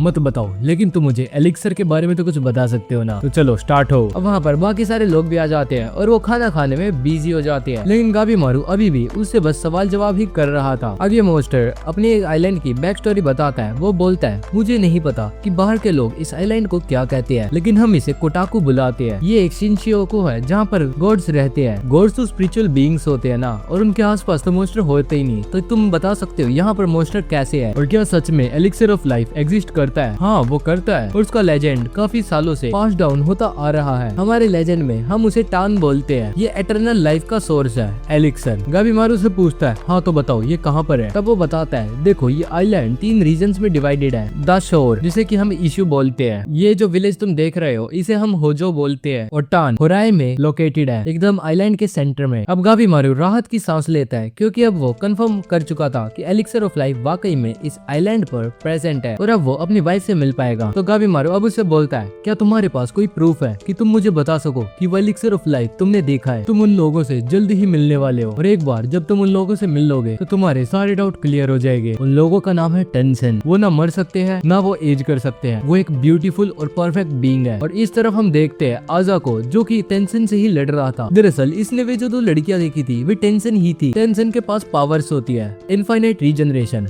और ये लोग काफी ज्यादा ब्यूटीफुल होते हैं एंड ये मेल और फीमेल में अपने मन चाहे पे कन्वर्ट हो सकते हैं। जब आजा उस टेंशन पर हमला करता है तो वो एक बार में इतनी बड़ी कुल्हाड़ी को रोक देता है और टुकड़ों में बांट देता है। और इस तरफ वुड मॉन्स्टर बोलता है देखो मैं तुम्हें बस सिंपल सी भाषा में इतना बताऊं कि जो टेंशन है वो तुम लोगों को इस आइलैंड पर से जिंदा जाने नहीं देगा। दूसरी तरफ हम टेंशन को देखते हैं, ये लोग एक तरीके से इस आइलैंड के रूलर्स है और इसने अभी एजे और टोका को हराया है। ये टोका को एक पिट में फेंक देते हैं जहाँ पर टोका देखता है आसपास काफी सारे लोग पहले से मौजूद हैं और इन सभी लोगों के अंदर से फ्लावर्स उगे हुए हैं। तभी टोका का ध्यान अपने भाई एजे पे जाता है। तभी टोका का ध्यान अपने भाई आजा पे जाता है जिसे कि एक बेल पकड़ रही होती है। वो ट्राई करता है अपने भाई को उस बेल की जकड़ से छुटाने का, लेकिन वो फाइनली उसे नहीं छुटा पाता। फिर वो वुड आगे बताता है दरअसल जिन लोगों के ऊपर फ्लावर्स उग जाते हैं वो टान में कन्वर्ट हो जाते हैं। और फिर एलिक्सर ऑफ लाइफ का प्रूफ दिखाने के लिए वो अपना हाथ काट देता है और बोलता है देखो ये है प्रूफ कि एलिक्सर ऑफ लाइफ एग्जिस्ट करता है। गाबीमारू उसे बोलता है तुमने तो बता दिया कि तुम 1000 ऑफ ईयर से यहीं पर रह रहे हो, क्या ये लड़की भी तुम्हारी तरह हजारों सालों से यहीं पर रह रही है? अब शाम होती है और गाबीमारू नहाने के लिए जा रहा होता है। सागरी भी उसके पीछे उसके ऊपर नजर रखने के लिए जा रही होती है। वे दोनों डिस्कशन कर रहे होते हैं कि क्या इन्हें उन दोनों पर ट्रस्ट करना चाहिए और क्या वाकई में होराई में एलिक्सर ऑफ लाइफ पाएगा। गाबीमारू को सागरी बोलती है मुझे उनकी बातों पर विश्वास तो है लेकिन हर एक बात पर नहीं, खासकर कि उन टेंशन वाली कि सच में टेंशन होती है और क्या वाकई में वे इन्हें एलिक्सर ऑफ लाइफ पाने से रोकेंगे। ये बात करते करते बाथ हाउस में आ जाते हैं और जैसे ही गाबीमारू अंदर जाता है तो वहाँ पर वो लड़की में पहले से ही नहा रही होती है और गाबीमारू को देखकर वो रोने लग जाती है। गाबीमारू उसे इग्नोर करने के बाद अपने कपड़े उतारने लगता है। सागरी उसे दूर भगाते हुए बोलती है कि तुम पागल हो गए हो क्या, लड़कियों के आगे ऐसी कपड़े उतार रहे हो? देखो जहाँ से मैं आया हूँ वहाँ पर हर एक जेंडर के लोग एक साथ बात शेयर करा करते थे और जब वो अपने कपड़े उतारता है तो उसके पूरे शरीर पर इतने सारे घाव के निशान थे और ऐसा ही एक निशान इस छोटी बच्ची के पास भी था। अब सागरी देखती है कि आसपास शैम्पू, कंडीशनर ये सारी चीजें तो रखी हुई है लेकिन उन्हें कोई यूज नहीं करता। हो सकता है मे का कोई पेरेंट ना हो, इसी वजह से इसे ये सारी चीजें यूज करनी ना आती हो। तो सागरी जिम्मा ले लेती है कि वो मे को नहलाएगी और गाबीमारू को वो साइड में खड़ा कर देती है। ओए नंगे पुंगे बाहर मत आ जियो जब तक मैं लड़की को नहला ना दूं। और अब इसके बाद सागरी उसे नहला देती है बढ़िया साबुन शैम्पू लगाकर और मैं और सागरी की दोस्ती और ज्यादा बढ़ जाती है। अब गाबीमारू याद करता है कैसे उसकी वाइफ उसे जबरदस्ती नहलाया करती थी। उसे नहाना बिल्कुल पसंद नहीं था लेकिन उसकी वाइफ ने उसे सिखाया था कि अगर जब हम नहाते हैं तो हम प्योर होते हैं और इसी के साथ साथ जो हमारे जख्म होते हैं उनमें भी थोड़ा सुधार आता है, तो इसलिए हमें रेगुलरली नहाना चाहिए। अब गाबीमारू मैं को देखकर बोलता है मुझे समझ में आ गया था जब मैं यहाँ पर आया तो तुम क्यों रो रही थी। तुम्हें इस चीज का डर नहीं था कि एक लड़का तुम्हें नहाते हुए देख रहा है। तुम्हें इस चीज से शर्म आ रही थी कि मैं तुम्हारा स्कार देखकर तुम्हें जज करूंगा। देखो तुम अभी छोटी बच्ची हो और तुम्हें इतना सोचना नहीं चाहिए। तुम जैसी भी हो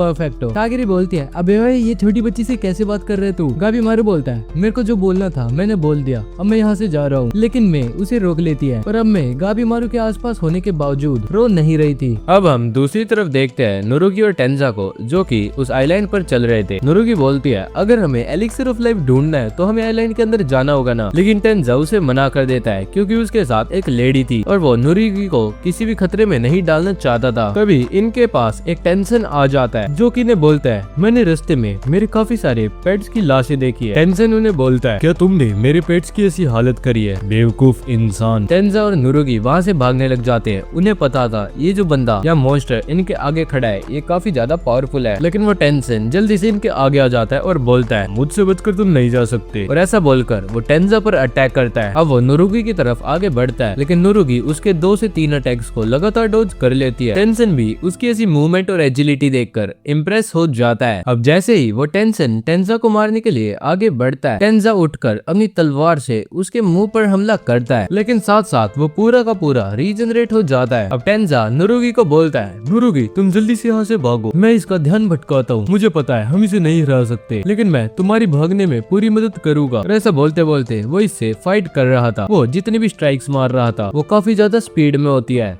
जिसकी वजह से टेंशन को टाइम पे रीजनरेट होने का मौका भी नहीं मिलता और वो उसकी गर्दन और हाथ काटकर वहाँ से भाग जाते हैं। लेकिन जब वे भाग रहे होते हैं तो उनके साथ वो टेंशन भी भाग रहा था। अबे ओए, तुमने मेरे कपड़े फाड़ दिए, अब तुम्हारी जान जाएगी। अब जैसे ही वो इन पर हमला करने वाला होता है तभी एक तलवार उड़कर आती है जो कि उसकी गर्दन को काट देती है।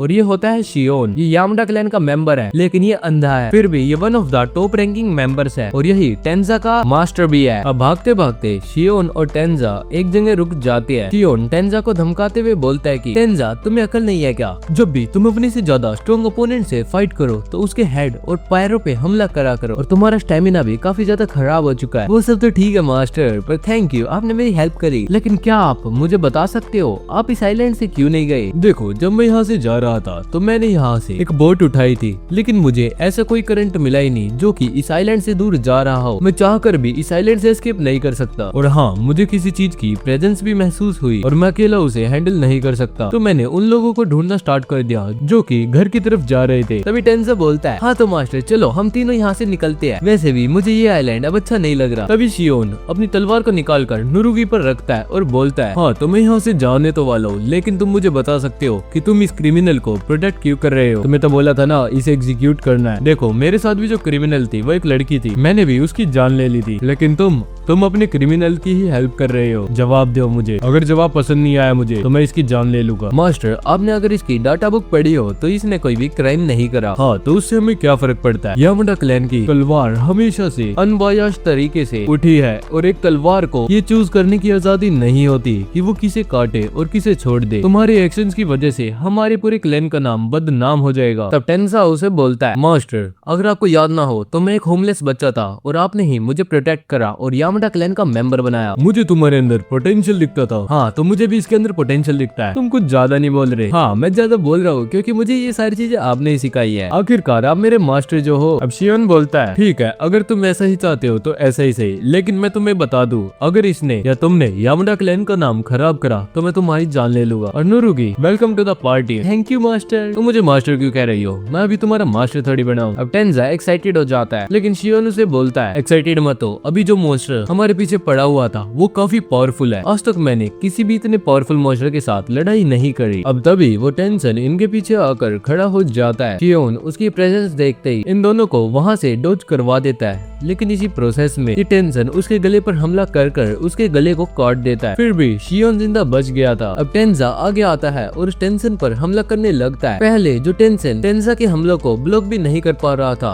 अब वो इसके हमलों को इजीली डॉज कर रहा था। यही सब देखते हुए टेंजा एक पाउंडिंग टोरेंट नाम का अटैक यूज करता है, जिसमें उसकी स्पीड पहले से 10 टाइम्स हो जाती है, लेकिन अभी भी वो उस पर एक सिंपल कट नहीं लगा पाता और वो अपनी एक उंगली से ही टेंजा को बहुत ही बुरी तरीके से घायल कर देता है। अब टेंजा शियोन के साथ बिताए हुए अपने सारे पलों को याद करता है। वो याद करता है कैसे उसे शियोन ने गलियों से उठाकर यामडा क्लैन का एक मेंबर बनाया आया था, कोई भी उसे पसंद नहीं करता था, लेकिन शियोन ने उस पर कभी भरोसा करना नहीं छोड़ा। वो देखता है कि उसकी फिंगर अब ठंडी पड़ रही है और उसका दिल धड़कना कम करता जा रहा है, लेकिन वो मरने से पहले शियोन और नुरुगी को प्रोटेक्ट करना चाहता था, तो इसलिए वो पूरी ताकत लगाकर उस टेंशन पर हमला करता है। वो उस पर बार बार काफी सारे मुक्के मारता है, लेकिन टेंशन उस पर वापस से एक और अटैक करता है और टेंजे को समझ में आ जाता है कि वो इन्हें प्रोटेक्ट नहीं कर सकता, तो वो उन्हें भागने के लिए कहता है। शियोन अपनी तलवार निकाल कर रेडी होता है इस टेंशन से भिड़ने के लिए, लेकिन टेंजा उसे रोकने की बहुत ज्यादा कोशिश करता है और फाइनली शियोन को उसकी बातें समझ में आ जाती है और फिर वो नुरुगी को लेकर वहाँ से भाग जाता है। अब बस टेंजा का एक ही मकसद था, इन दोनों को प्रोटेक्ट करना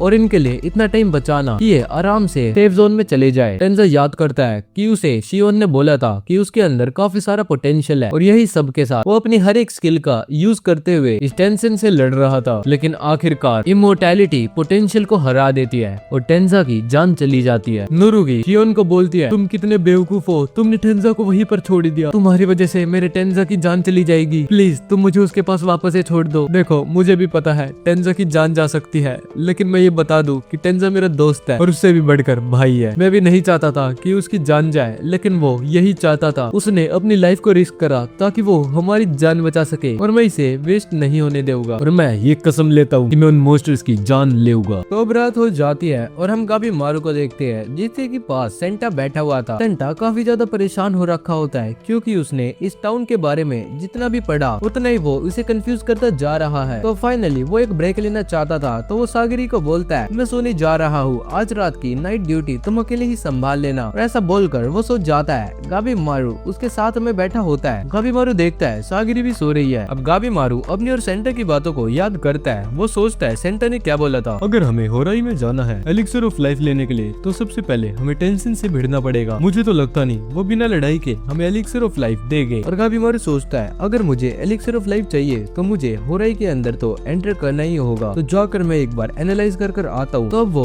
होराई के सेंटर की तरफ बढ़ने लगता है। जब वो रास्ते में चल रहा होता है तो उसे कुछ लोगों की आवाजें आती है और जब वो वहाँ पर जाकर देखता है तो काफी सारे पेड़ प्रेइंग पोजीशन में बैठकर कुछ मंत्र पढ़ रहे थे। उसे समझ में आ जाता है कि ये लोग सेम टू सेम उस ट्री मॉन्स्टर की तरह है, पर ये यहाँ से मूव नहीं कर सकते। गाबीमारू को थोड़ा सा तो डर लगता है, लेकिन फिर वो अपना प्लान बनाकर और अपनी वाइफ को याद कर आगे बढ़ता है। भागते भागते उसके आगे एक काफी बड़ी दीवार और एक काफी बड़ा गेट आ जाता है। क्या यही ट्रू शिनशियो को है? लेकिन इससे पहले वो वहाँ पर एंटर कर पाता एक टेंशन उसका पीछा कर रहा होता है। गाबीमारू उसे देखते ही समझ जाता है ये दिखने में तो इंसान है, लेकिन ये और ही कुछ है। तुम कौन हो? अरे यार पूरा दिन गया मेरा, अब मैं बोर हो चुका हूँ। चलो एक काम करो, तुम क्या यहाँ से जा सकते हो? वैसे भी मैंने तुम्हारे जैसे कई लोगों से फाइट कर लिया है, हमें तुम्हें पकड़ने का टास्क दिया हुआ था, लेकिन अभी मेरा कुछ मन नहीं कर रहा। तो क्या तुम सच में ह्यूमंस को एलिक्सर में कन्वर्ट कर सकते हो? इसका क्वेश्चन सुनते ही वो इसका आंसर करने की बजाय सीधा गाबीमारू पर हमला कर देता है। गाबीमारू भी उसके अटैक को समझकर इजीली डॉज कर लेता है और साथ साथ उस टेंशन का हाथ भी तोड़ देता है और फिर एक काफी पावरफुल किक उस टेंशन के मुंह पर मारता है, जिससे उसकी गर्दन काफी बार मुड़ जाती है। अब इन दोनों में फाइट और ज्यादा इंटेंसली स्टार्ट हो जाती है और गाबीमारू देखता है उन मॉन्स्टर से ये बिल्कुल अलग है। इसकी रीजनरेशन और इसकी स्ट्रेंथ उन मॉन्स्टर से लाख गुना पावरफुल है। और अब गाबीमारू उस पर अपनी टोर्नेडो किक का इस्तेमाल करता है और जिसमें ये निंजुत्सु भी यूज कर लेता है। गाबीमारू को लग रहा था कि निंजुत्सु यूज करने के बाद ये इजीली इसे हरा देगा, लेकिन इतना सारा जलने के बावजूद वो गाबीमारू पर अटैक बैक करता है और उसे दीवार में ही देकर मारता है। अरे नहीं यार, एक और इंसान को मार दिया, मुझे एक आधा जिंदा पकड़ना पड़ेगा वरना हम एलिक्सर कैसे बनाएंगे। और अब ये मेल में भी ट्रांसफॉर्म हो जाता है, लेकिन गाबीमारू मरा नहीं था। तब उन दोनों में और इंटेंसली फाइट स्टार्ट हो जाती है। ये दोनों इक्वल टक्कर के लग रहे थे। टेंशन भी उससे इम्प्रेस होकर बोलता है, पिछले 1000 सालों में मैंने आज तक जितने भी ह्यूमन से फाइट करी है तुम उनमें सबसे ज्यादा स्ट्रॉन्ग हो। अब गाबीमारू उससे पूछता है, अच्छा तो ऐसी बात है तो मुझे बताओ एलिक्सर कहाँ पर है? लेकिन अब सवाल का जवाब देने की बजाय वो सीरियस होकर गाबीमारू से लड़ने लगता है। अब गाबीमारू बोलता है, अभी तक मैं इस पर सारी चीजें ट्राई कर चुका हूँ, तो क्यों ना मैं उसे भी ट्राई करूँ। और गाबीमारू पहली बार टाओ का इस्तेमाल करता है अपने निंजुत्सु की मदद से, और जैसे ही वो टाओ से उस पर हमला करता है उसकी बॉडी मेल से फीमेल में कन्वर्ट हो जाती है और इस बार वो रीजनरेट नहीं करता। तभी टेंशन को गुस्सा आ जाता है और वो फिर एक एनर्जी बीम से गाबीमारू पर हमला करता है। गाबीमारू को समझ में नहीं आ रहा था हम दोनों इतनी दूर है, लेकिन इसके एनर्जी ब्लास्ट मुझे यहाँ पर भी आकर कैसे लग रहे हैं। उसे याद आती है मे,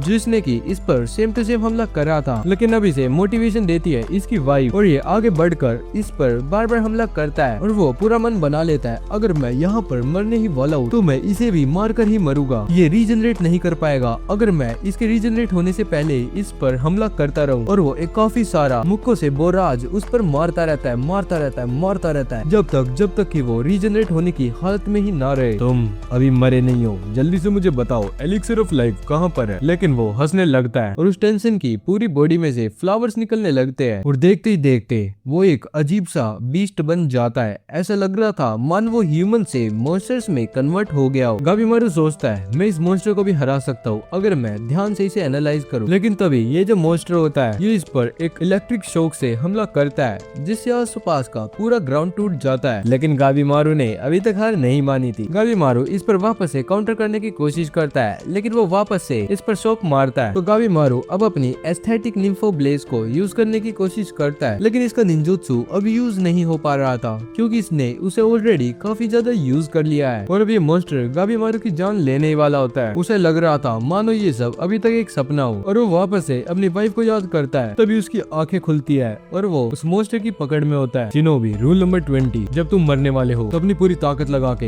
एनिमी को भी इतना घायल कर दो कि वो भी मर जाए। जितनी ताकत हो वो सारी लगा दो क्योंकि तुम आखिरकार मरने वाले हो। और फिर वो बेहोशी की हालत में इंस्टिंक्टिवली निम्फो ब्लेज का इस्तेमाल करता है और उस मॉन्स्टर की पकड़ से छूट जाता है। गाबीमारू अपनी वाइफ को सॉरी बोलता है, सॉरी माफ करना मैं जिंदा वापस नहीं आ पाऊंगा। लेकिन तभी वो देखता है उसके पास में है मे जो कि गाबीमारू के चारों तरफ एक बैरियर को बना लेती है और जब उसका अटैक मे के बैरियर पे पड़ता है तो मे पहाड़ी से नीचे गिर जाती है। लेकिन अभी भी उसका बैरियर था तो वो इजीली बच सकती थी। और टेंशन भी सोचता है मे ये तुम क्या कर रही हो। अब अगला दिन होता है और सेंटा अपोलोजाइज कर रहा होता है क्योंकि वो रात को गाबीमारू के ऊपर नजर नहीं बना पाया और अब वो भाग गया। सागरी बोलती है अगर हम होराई की तरफ जाए तो अभी भी हम गाबीमारू को ढूंढ सकते हैं। यूजरिया बोलती है हमारा वहाँ पे जाकर कुछ भी फायदा नहीं होगा और वैसे भी वो अपनी मर्जी से वहाँ पर गया, तू उसे जाने दो ना। क्या अब यामाडा असाइमोन के लोग एक क्रिमिनल को हेल्प करने के लिए या उससे हेल्प मांगने के लिए उसके ढूंढेंगे क्या। लेकिन तभी वो ट्री मॉन्स्टर भी उठता है और बोलता है अगर तुम होराई तक जा रहे हो तो मैं तुम्हें वहाँ तक छोड़ सकता हूँ। वैसे भी मैंने मे को नहीं देखा, वो पक्का गाबीमारू के साथ गई होगी। अब वे लोग होराई की तरफ जाने लग जाते हैं। यूजुरिया सागरी से बोलती है सागरी तुम उन टेंसेन के बारे में एक्साइटेड नहीं हो क्या। इसमें एक्साइटेड होने वाली क्या बात है, अगर वो होराई में रहते हैं तो हमारे उनके साथ सामना होने वाला है। वो ट्री मॉन्स्टर बताता है दरअसल टेंशन है 7 हर्मिट, वो जब चाहे जब ह्यूमन और मॉन्स्टर मेल फीमेल इनमें कन्वर्ट हो सकते हैं। सारे टेंशन मिलकर एक मीटिंग कर रहे थे, वे डिस्कशन कर रहे थे कौन सी बॉडी ज्यादा बेटर है मेल या फीमेल। अब तभी उनका लीडर आ जाता है और वो बोलता है चलो अब मुझे रिपोर्ट दो। तब उनमें से एक बताता है इस बार के जो ह्यूमंस आए हैं वो पिछली बार के ह्यूमन से भी ज्यादा पावरफुल है और उन्होंने काफी सारे सोशिन्स को मार दिया है। ओए ये सारी तुम्हारी गलती है, अगर तुम उस बीच वाले ह्यूमन को एस्केप करने नहीं देते तो कुछ सोशिन अभी जिंदा होते, तुम पैथेटिक हो। और ऐसा बोलकर वो उसके गर्दन को उड़ा देता है। लेकिन तभी वो रीजनरेट हो जाता है और हम देखते हैं ये वाला टेंशन वही है जो कि गाबीमारू के साथ लड़ रहा था और गाबीमारू के साथ लड़ते हुए इसने अपनी काफी सारी पावर्स का इस्तेमाल करा है जिसकी वजह से अब ये बूढ़ा हो चुका है। अब इनका लीडर दूसरे टेंशन से बोलता है हाँ तुम बताओ जिन ह्यूमंस के साथ तुम्हारी फाइट हुई थी क्या तुमने उन्हें डिस्पोज कर दिया था। हाँ मैंने उन्हें उस पिट में फेंक दिया था, अब वो जल्दी ही हमारा एलिक्सर बन जाएंगे। बेवकूफ मत बनो, उन ह्यूमंस ने हमारे सबसे पावरफुल सोशिन को मार दिया था, पता नहीं वे कितने पावरफुल हो। उनका लीडर सभी को एलिक्सर पिला देता है जिसके बाद वो बूढ़ा हुआ टेंशन वापस से जवान हो जाता है और उसकी सारी पावर्स वापस से हो जाती है। अब वो वुड उन लड़कियों को आगे बताता है। तो टोटल 100 टेंशन है जो कि मिलकर इस आइलैंड को रूल करते हैं और हर एक टेंशन की अपनी एक अलग पर्सनैलिटी है। उनका लीडर है पिंक कलर के बालों वाला। टेंशन का एक दूसरे के लिए नाम है लेकिन उन्हें का टेंशन का नाम किसी को भी नहीं पता। जब मैं छोटी उम्र का था तो हमारे गांव में एक स्टोरी थी कि टेंशन हर एक ह्यूमन को इमोर्टल कर देंगे और वाकई में हम अपनी लाइफ एक्सपेक्टेंसी से ज्यादा जिए थे। लेकिन धीरे धीरे कर हम सारे पौधे बन गए और पौधे बनने से पहले हमें मालूम नहीं था कि हमारी जान नहीं जाने वाली। हम एटर्नली यहाँ पर खड़े होकर उन टेंशन के लिए प्रे करेंगे। और इन सब की शुरुआत हुई थी मेरी ही अपनी बच्ची से जो कि पूरे विलेज में सबसे पहले ट्रांसफॉर्म हुई थी। और ये रही वो बच्ची, पता नहीं मैं कैसे अभी भी हिल पा रहा हूँ लेकिन मेरे विलेज में सारे लोग एक जगह से बंध चुके हैं। और इस तरफ गाबीमारू की भी आँख खुल जाती है और वो देखता है कि मैंने उसकी जान बचा ली। गाबीमारू सोचता है ये जिन लोगों को हर्मिट बता रहे हैं वे एक्चुअली में हर्मिट नहीं बल्कि एक काफी पावरफुल मॉन्स्टर है। ये लोग तो उसे गॉड्स बताते थे लेकिन इसका एक फायदा है, अगर वे मॉन्स्टर्स है तो मैं उन्हें मार सकता हूँ। मुझे एक प्लान बनाना होगा। तभी इसके आगे आ जाता है ब्लेड ड्रैगन और उसका असाइमोन। ब्लेड ड्रैगन उसे देखकर बोलता है ओ तो तुम अपने एग्जीक्यूशनर से भाग गए, तुम तो वही निंजा हो ना, तो क्या मैं अब तुम्हारी जान ले लूं? तो ड्रैगन गाबीमारू से इमेजिनेशन में लड़ने का ट्राई करता है, लेकिन वो देखता है उसने गाबीमारू को तो मार दिया, लेकिन उसे खुद को भी काफी ज्यादा इंजरी हो गई। तो गाबीमारू को बोलता है, ओह तुम इस स्टेट में भी लड़ सकते हो, तो तुम्हें मारना तो भी आसान नहीं होने वाला है। हाँ सेम यहाँ पर तुम्हारा सेंटर ऑफ ग्रेविटी हिला हुआ है, जो कि एक स्वॉर्ड ड्रैगन पर शोभा नहीं देता, और इसी के साथ साथ तुम्हारी लेफ्ट आर्म भी इंजर्ड है। तो क्या तुम लड़ने के लिए तैयार हो? हाँ बचपन से। अबे ओए रुको, अपना टाइम वाइम वेस्ट मत करो, ठीक है? यहाँ पर तुम्हारी लड़ाई देखने वाला कोई नहीं है, लेकिन मुझे तो लड़ना है। देखो इन पॉइंटलेस बातों पर बहस करने का कुछ फायदा नहीं है, और सबसे पहली बात, हम बस इंफॉर्मेशन ढूंढने के लिए निकले हैं। गाबीमारू यही है ना तुम्हारा नाम? तुम्हारी असाइमोन सागरी कहाँ पर है? और वो जो लड़की जो तुम्हारे पास है वो भी कौन है? या तो हमें शांति से बता दो, वरना हमारे पास और भी रास्ते हैं। और गाबीमारू फाइटिंग स्टांस में आ जाता है, तो वो बोलता है, वाकई में तुम बेवकूफ हो, तुम अकेले हम दोनों से कैसे भिड़ोगे? तभी गाबीमारू उन टेंशन के बारे में सोचता है और बोलता है, लग रहा है मुझे अपनी स्ट्रेटेजी बदलनी होगी। और फिर वो उनके आगे झुक जाता है। ये तुम क्या कर रहे हो? मेरे पास एक सजेशन है, क्यों ना हम दोनों मिलकर काम करें? स्वॉर्ड ड्रैगन उसका टेस्ट लेने के लिए उसके सर पर तलवार लगा देता है, लेकिन गाबीमारू कोई रिएक्शन नहीं देता। अच्छा तो सच में तुम अलायंस करने ही आए हो? What a disappointing thing man, मैं बस स्ट्रॉन्ग वॉरियर से लड़ता हूँ, तुम्हारे जैसे बुज़दिलों से तो बिल्कुल भी नहीं। स्वॉर्ड ड्रैगन साइड हटो। हाँ तो गाबीमारू तुम मुझे बताओ, तुम हमारे साथ अलायंस क्यों करना चाहते हो? और फिर गाबीमारू उन्हें सारी चीजों के बारे में बता देता है, शिनशियोकू, टेंशन और बाकी सारी चीजों के बारे में। तो तुम ये बोल रहे हो कि वे रीजनरेट भी हो सकते हैं? है यार, और उन्हें जलाने के बाद भी उनकी जान नहीं जाती? उनके ऑर्गन्स के बारे में क्या वे भी रीजनरेट हो जाते हैं? देखो मुझे कोई भी स्पेसिफिक चीजें नहीं पता, मैं तो बस यहाँ पर पार्डन लेने आया था ताकि मैं किसी को देख सकूं, और मैं पार्डन पाने के लिए कुछ भी करूंगा, तो क्या तुम मेरी मदद कर सकते हो? तभी स्वॉर्ड ड्रैगन मान जाता है, और स्वॉर्ड ड्रैगन उसे बोलता है, तो चलो एक काम करते हैं, होराई में जाते हैं और टेंशन से मिलकर आते हैं। ये तुम क्या कर रहे हो? तुमने अभी इसकी इंजरीज देखी नहीं क्या? इंजरीज हो चाहे कुछ हो, मुझे तो बस एक बार वो एलिक्सर ऑफ लाइफ मिल जाए, उसके बाद मैं इमोर्टल हो जाऊंगा। और वैसे भी उनकी पार्डन का मैं क्या करूंगा जब मैं इमोर्टल ही हो सकता हूँ? तो क्या तुम सच में एलिक्सर ऑफ लाइफ खुद पियोगे? अरे नहीं यार, तुम्हें तो पता ही है मैं मजाक कर रहा हूँ। मैं तो बस उन टेंशन को हरा कर हिस्ट्री के पन्नों में अपना नाम दर्ज करवाना चाहता हूँ। मैं इमोर्टल उस सेंस में होना चाहता हूँ मेंटल, ताकि जन्मों जन्मों तक लोग मेरे नाम को याद रखे। अब ये तीनों तैयार होते हैं एक दूसरे के साथ अलायंस करने के लिए। इन तीनों के गोल्स अलग अलग थे। तो ड्रैगन चाहता था कि वो किसी इमोर्टल बंदे को जान से मारे, असाइमोन चाहता था कि वो उसके हर एक हिस्से को स्टडी करे, और गाबीमारू अपनी वाइफ से मिलना चाहता था। तो अब इन तीनों की डील हो जाती है। तो अब वो असाइमोन गाबीमारू से बोलता है, वो सब तो ठीक है, अब क्या तुम मुझे इस लड़की के बारे में बता सकते हो? तभी गाबीमारू काफी ज्यादा सरप्राइज होता है और बोलता है, अरे ये कैसे हो गया?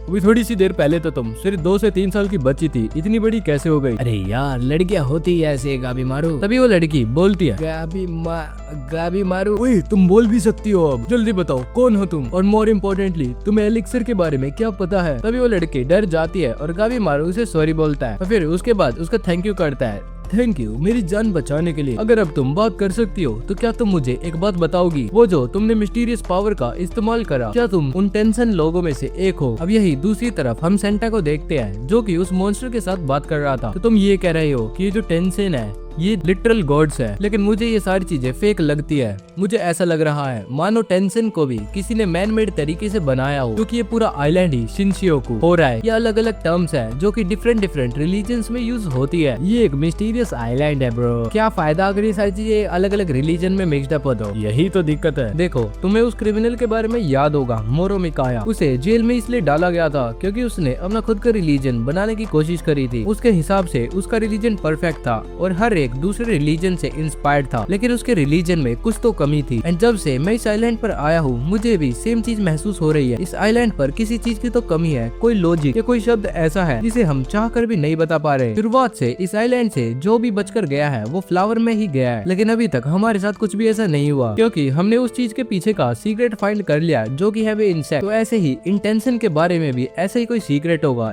बस हमें उसे पता लगाने की देरी है, फिर हम एलिक्सर को ढूंढ सकते हैं। अगर तुम्हारी ये थ्योरी ठीक भी है तो तुम्हें लगता है हम उन टेंशन को हरा पाएंगे? ऐसी थ्योरी जिसे आज तक कोई भी नहीं ढूंढ पाया, क्या हम उसे ढूंढ पाएंगे? ये भी तो पॉसिबल होगा कि गाबीमारू और वो लड़की ऑलरेडी डेड हो। नहीं, मुझे यकीन है गाबीमारू जिंदा होगा, वो इस आइलैंड पर कहीं पर होगा और एक प्लान बना रहा होगा। और इस तरफ गाबीमारू मे से पूछ रहा होता है, मैं जानता हूँ तुम अभी अभी बोलना सीखी हो, लेकिन मैं तुमसे बस इतना पूछना चाहता हूँ कि क्या कोई ऐसा तरीका है कि मैं टेंशन को हरा सकता हूँ? कोई भी ऐसी टेक्निक या पावर प्लीज बता दो, मैं तुम्हारे आगे हाथ जोड़ता हूँ।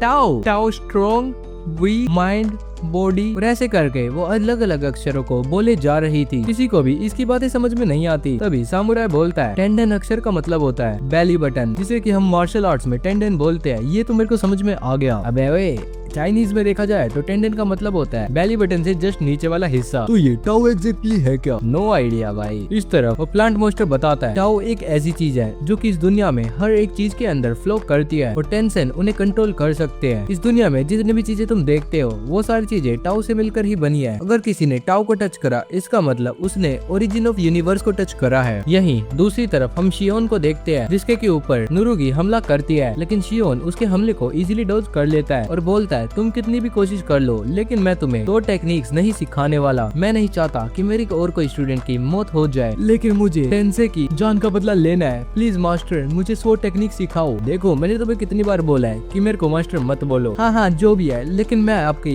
इन टेक्निक्स को समझ में नहीं पा रही। आप अंधे हो लेकिन फिर भी मेरे पीछे से आने वाले अटैक को कैसे देख पा रहे हो? ऐसी ही बात है तो मैं तुम्हें तुम्हारी हाइट, तुम्हारे वेट और कहाँ पर तुम्हारे बाल बंधे हुए हैं वो भी बता सकता हूँ। क्योंकि बेशक भगवान ने मेरी आंखों की शक्तियाँ मेरे से छीन ली है, लेकिन उसके बदले में मैं इन अंधेरी आंखों से कुछ वेव्स को देख पाता हूँ। तो अब मैं वो वुड मॉन्स्टर और शियोन एक साथ बताते हैं कि टाओ एक्चुअली में है क्या। दरअसल जो शियोन यूज करता है वो भी एक तरीके का टाओ ही है। टाओ वेव्स होती है और जिन्हें देखने के बाद, उन्हें सेंस करने के बाद बंदा अटैक और डिफेंड कर सकता है। बस बंदे को उन वेव्स को कंट्रोल करना आना चाहिए। ये लोगों को अलाउ करता है उनकी स्ट्रेंथ को लगभग 100 गुना से भी ज्यादा, हजारों लाखों गुना से भी ज्यादा बढ़ाने का, और इसी के साथ साथ ऐसी इंजरीज जिनसे लोगों की जान चली जाए उनसे बचने का। लेकिन ये स्किल्स एकदम से कोई भी नहीं सीख सकता। इस तरफ हम देखते हैं शियोन के पीछे एक मॉन्स्टर आ चुका है, लेकिन शियोन उससे पहले नुरुगी को समझाता है देखो मैं तुम्हें स्वॉर्ड पकड़ना तो सिखाता हूँ। सबसे पहले अपने बाएं हाथ में स्वॉर्ड को पकड़ो, एक टांग को आगे रखो और अपने अपोनेंट पर नजर रखो या फिर उसे सेंस करो, और फिर इसके बाद कुछ ऐसे हमला करो। और फिर ऐसा कर कर वो एक एक कर कर सारे मॉन्स्टर्स का काम तमाम कर देता है। और फिर नुरुगी को बोलता है देखो मैं तुम्हें डायरेक्टली तो कुछ समझाने वाला हूँ नहीं, लेकिन तुम मुझे मेरी फाइट से मेरी टेक्निक को थोड़ा बहुत तो समझ सकती हो। और इस तरफ यही सारे मॉन्स्टर स्वॉर्ड ड्रैगन की तरफ भी बढ़े थे, लेकिन वो उन सबको एक स्विंग में ही काट देता है और बोलता है हमारे पास यहाँ पर इतना टाइम नहीं है कि हम कोई नई टेक्निक को सीखेंगे, टाओ वाओ जो भी है वो। और फिर ऐसा बोलकर वो मे को अपने कंधे पर बिठा देता है और बोलता है ये जो भी टेक्निक है तुम मुझे मिड बैटल सिखाओगी। अब इस तरफ हम आजा को देखते हैं। अब हम आजा को देखते हैं जो कि उस गड्ढे में से बाहर आ रहा था। गड्ढे में सारे प्लांट्स उसे रोकने की कोशिश करते हैं, लेकिन वो नहीं रुकता। और बाहर आने के बाद वो टोका को बोलता है भाई आज मैं उन सारी टेंशन की ऐसी तैसी कर दूंगा। मुझे उनकी वीकनेस अब पता है, तुम्हें उनकी वीकनेस पता है, ऐसा कैसे हो गया? देखो मैंने अपनी फाइट के दौरान एक चीज को नोटिस करा है, वे जो टेंशन थे वे किसी पौधे की तरह थे और वे रीजनरेट भी पौधे की तरह ही होते हैं, और पौधा हमेशा नीचे से उगता है, तो इसका मतलब उनका वीक पॉइंट है उनकी नेवल। और ऐसा बोलने के बाद वो पास में खड़े एक मॉन्स्टर का हाथ तोड़कर टोका को देता है और बोलता है इसे खा लो, लेकिन टोका मना करता है। तभी उनके पास एक अजीब सा मॉन्स्टर आ जाता है, जिससे कि वो डॉज करने के बाद एजे बोलता है चलो फाइनली मैं अपनी थ्योरी को टेस्ट कर सकता हूँ। रुक जाओ अभी तो तुम गए मॉन्स्टर। लेकिन वो मॉन्स्टर बोलता है अरे अरे रुको भाई साहब, मैं मॉन्स्टर नहीं हूँ, मैं बात कर सकता हूँ। मुझे तो टेंशन ने यहाँ पर स्काउटिंग करने के लिए भेजा है। टेंशन? अच्छा फिर तो तुम गए। अरे नहीं सुनिए तो पहले मेरी बात तो सुन लीजिए। मेरे काफी सारे कलीग जिन्हें की हम अदर डोशी बोलते हैं, हाँ डोशी, हम सीधा टेंशन के नीचे सर्व करते हैं, और हमारे कुछ दोस्त पूरे आइलैंड पर हर एक ह्यूमन के पास गए हैं स्काउटिंग करने के लिए। तो प्लीज अब वापस से उस गड्ढे पे चले जाइए, वरना हमारे मास्टर हमारी खालू देड़ देंगे। लेकिन एजे उस पर हमला करता है और उसके हमले का इस पर कुछ भी असर नहीं हुआ था, लेकिन एजे भी उसका हाथ बीच में पकड़कर तोड़कर फेंक देता है। तभी वो बोलता है क्या क्या तुमने भी टाउ कंज्यूम करा है? क्या टाउ टाउ कर रहे हो? मुझे तो बस तुम्हारी जान लेनी है, क्योंकि तुम उन मॉन्स्टर्स के पेट हो ना। तो मैं अगर तुम्हें मार सकता हूँ तो तुम्हारे मालिकों को भी मार ही पाऊंगा ना। तो चलो फाइट करनी स्टार्ट करते हैं। और ऐसा बोलते ही वो डोशी काफी सारे दूसरे मॉन्स्टर्स को समन कर लेता है। तभी एजे अपने भाई टोका को बोलता है टोका तुम इन्हें संभाल सकते हो ना? हाँ। और ऐसा बोलते ही टोका काफी सारे मॉन्स्टर्स का काम एक ही स्ट्राइक में तमाम कर देता है। अब एजे और ये डोशी एक दूसरे के साथ फाइट कर रहे थे, और हम देखते हैं डोशी का पीओवी। डोशी फाइट करते हुए एजे की बॉडी को नहीं देख पा रहा था, वो देख रहा था एजे का टाओ, जो कि एजे के बारे में सब कुछ बता रहा था। जो ये एजे है ये अभी थक चुका है, बेशक ये डोशी से इक्वल टर्म्स में फाइट कर रहा हो, लेकिन वो डोशी से काफी ज्यादा कमजोर है। और तभी इस डोशी को एजे के सर के अंदर एक ओपनिंग दिखाई देती है, और वो तुरंत ही उस ओपनिंग का फायदा उठाते हुए वहाँ पर स्ट्राइक कर देता है। टोका हैरान हो जाता है ये क्या हो गया, मेरे भाई को तुमने कैसे मार दिया? अब टोका पूरी तरीके से घबराया हुआ होता है और डोशी फाइनली इसे वापस से गड्ढे में फेंकने वाला होता है, लेकिन तभी एजे खड़ा हो जाता है और डोशी पर हमला करता है और बोलता है, मुझे पता था तुम ये ओपनिंग देखने के बाद रुक नहीं सकते, तुम मेरे पर हमला यहीं पर करोगे और इस बात का मैंने फायदा उठा लिया। और हम देखते हैं एजे का सर रीजनरेट हो चुका है जैसे कि उन टेंशन का होता था। तभी वो डोशी देखता है एजे का टाओ और ज्यादा बड़ा और ज्यादा खतरनाक हो चुका है। ये बिल्कुल ऐसा लग रहा है मानो कोई टेंशन ही हो। और वो डोशी इस पर दूर से एयर स्ट्राइक से हमला करता है और पास में आकर इसके हाथ तोड़ देता है, लेकिन वो तुरंत ही रीजनरेट हो जाते हैं। और डोशी नोटिस करता है कि इसका जो टाओ है वो कंटिन्यूअसली ग्रो करे जा रहा है। इसी रेट पर वो किसी टेंशन के जितना पावरफुल होगा। और जहाँ जहाँ से ये रीजनरेट हो रहा था वहाँ अलग अलग टैटूज आ रहे थे। तुम बहुत बहादुर हो, अगर कोई और तुम्हारी जगह होता तो डर जाता इतने सारे बॉडीज में चेंज होते हुए। तुम्हें क्या लगता है मैंने बचपन से कैसे सरवाइव करा है? अगर मैं ऐसी छोटी छोटी चेंजेस से डरता रहूंगा तो मैं बड़ा और इमोर्टल कैसे बनूंगा? तो चलो अब मुझे और एबिलिटीज दिखाओ अपनी। और ऐसा बोलते ही वो उस डोशी की तरफ बढ़ता है। डोशी जैसे तैसे कर उसके ऊपर एयर स्ट्राइक फेंकता है, लेकिन अब वो सारी एयर स्ट्राइक्स को देख पा रहा था और उन्हें डोज भी कर लेता है और उसकी नेवल पर हमला करता है। इस अटैक के बाद एजे अब उसका टाओ भी देख पा रहा था। इस तरह टोका ने भी सारे के सारे मॉन्स्टर्स को मार दिया था। अब डोशी जैसे ही अपने टाओ को अपने हाथ में इकट्ठा करता है तो एजे उसे सेंस कर लेता है और उसके हाथ को जाकर कचुम्बर बना देता है और बोलता है, चलो मैंने इनफ देख लिया, मैं सब कुछ समझ चुका हूँ। मेरे अटैक्स का उस बंदे पर इसलिए असर नहीं हो रहा था क्योंकि मैंने अपने पूरे शरीर को इस टाओ में कन्वर्ट नहीं करा था। अब बस मुझे थोड़ी सी प्रैक्टिस करनी है और फिर मैं इस टाओ का मास्टर बन जाऊंगा। और ऐसा बोलकर वो अपने हाथ में टाओ को इकट्ठा करता है और उसकी नेवल पर हमला करता है। अब इसके बाद एजे अपने भाई को बोलता है,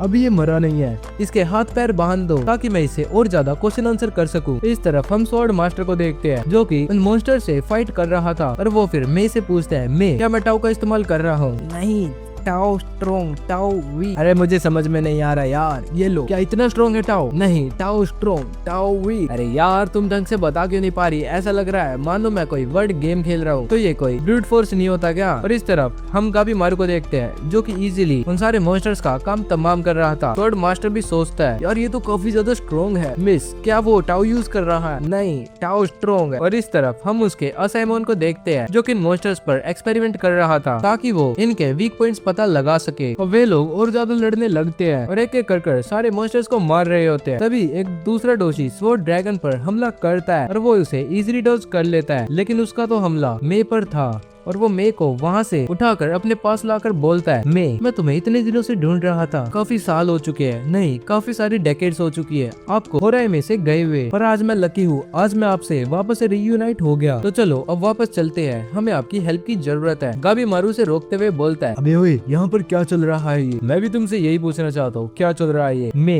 तुम जैसे तुच्छ ह्यूमंस के लिए नहीं है वो, बल्कि हमारे पैलेस में बिलोंग करती है, हमारी प्यारी टेंशन। और इन्हें समझ में आ जाता है मे भी एक टेंशन ही है। लेकिन तभी गाबी मारू देखता है उसकी ऐसी बातें सुनने के बाद मैं रो रही है और गाबी मारू उसके आगे आकर बोलता है, ओए जो भी हो तुम वहीं पर रुक जाओ, तुम मे को ऐसे लेकर नहीं जा सकते। और मे काफी ज्यादा खुश हो जाती है। तभी वहाँ पर एक और डोशी आ जाता है और इन्हीं के साथ साथ काफी सारे बटरफ्लाईज और इंसेक्ट्स भी। मैंने इनकी वजह से अपना उल्टा हाथ खो दिया, इनकी तो मैं ऐसी तैसी कर दूंगा। थर्ड मास्टर उनके साथ लड़ने लग जाता है। तभी एक डोशी स्वॉर्ड ड्रैगन पर एक इनविजिबल अटैक करता है। गाबी मारू समझ जाता है ये वही इनविजिबल अटैक है जो कि उन टेंशन ने हमारे पर यूज करा था। स्वॉर्ड ड्रैगन को भी समझ में आ जाता है कि यही टाओ है जो अभी इसने यूज करा। अब उन सब में लड़ाई स्टार्ट हो जाती है। थोड़ी देर बाद वे डोशी बोलते हैं, तुम हमारे लिए कोई भी मैच नहीं हो, तुम हमें मे को दो और हम तुम्हें यहाँ से जिंदा जाने देंगे। मैं मे को तुम्हें कैसे देने दूं? जब से मैं इस आइलैंड पर आया हूँ सबसे पहली बात तो मैं अपने कैरेक्टर में ही नहीं हूँ, और इसके बाद मैंने मेरी हेल्प करी थी तो मैं अब उसकी हेल्प करूंगा। देखो मैं बस इतना कहना चाहता हूँ, मे हमारे लिए इम्पोर्टेंट है, अगर हमें टाओ और ज्यादा सीखना है तो हमें मे की जरूरत है। तुम तो मॉन्स्टर हो ना, तो तुम्हें टाओ की क्या जरूरत? मैंने तो सुना है टाओ सिर्फ टेंशन यूज कर सकते हैं। तुम्हारी स्टेटमेंट से क्या मतलब है कि सिर्फ टेंशन ही टाओ यूज कर सकते हैं? टाओ हर एक ऑब्जेक्ट और हर एक living and non living thing में प्रेजेंट होता है। तुम स्टूपिड ह्यूमंस में भी टाओ होता है। चलो तुम्हारे मरने से पहले मैं समझाता हूँ कि टाओ को कैसे सीखा जाता है। तो टाओ को सीखने के लिए 5 स्टेप होते हैं, डोइन, टाइसोकु, श्यूत्सु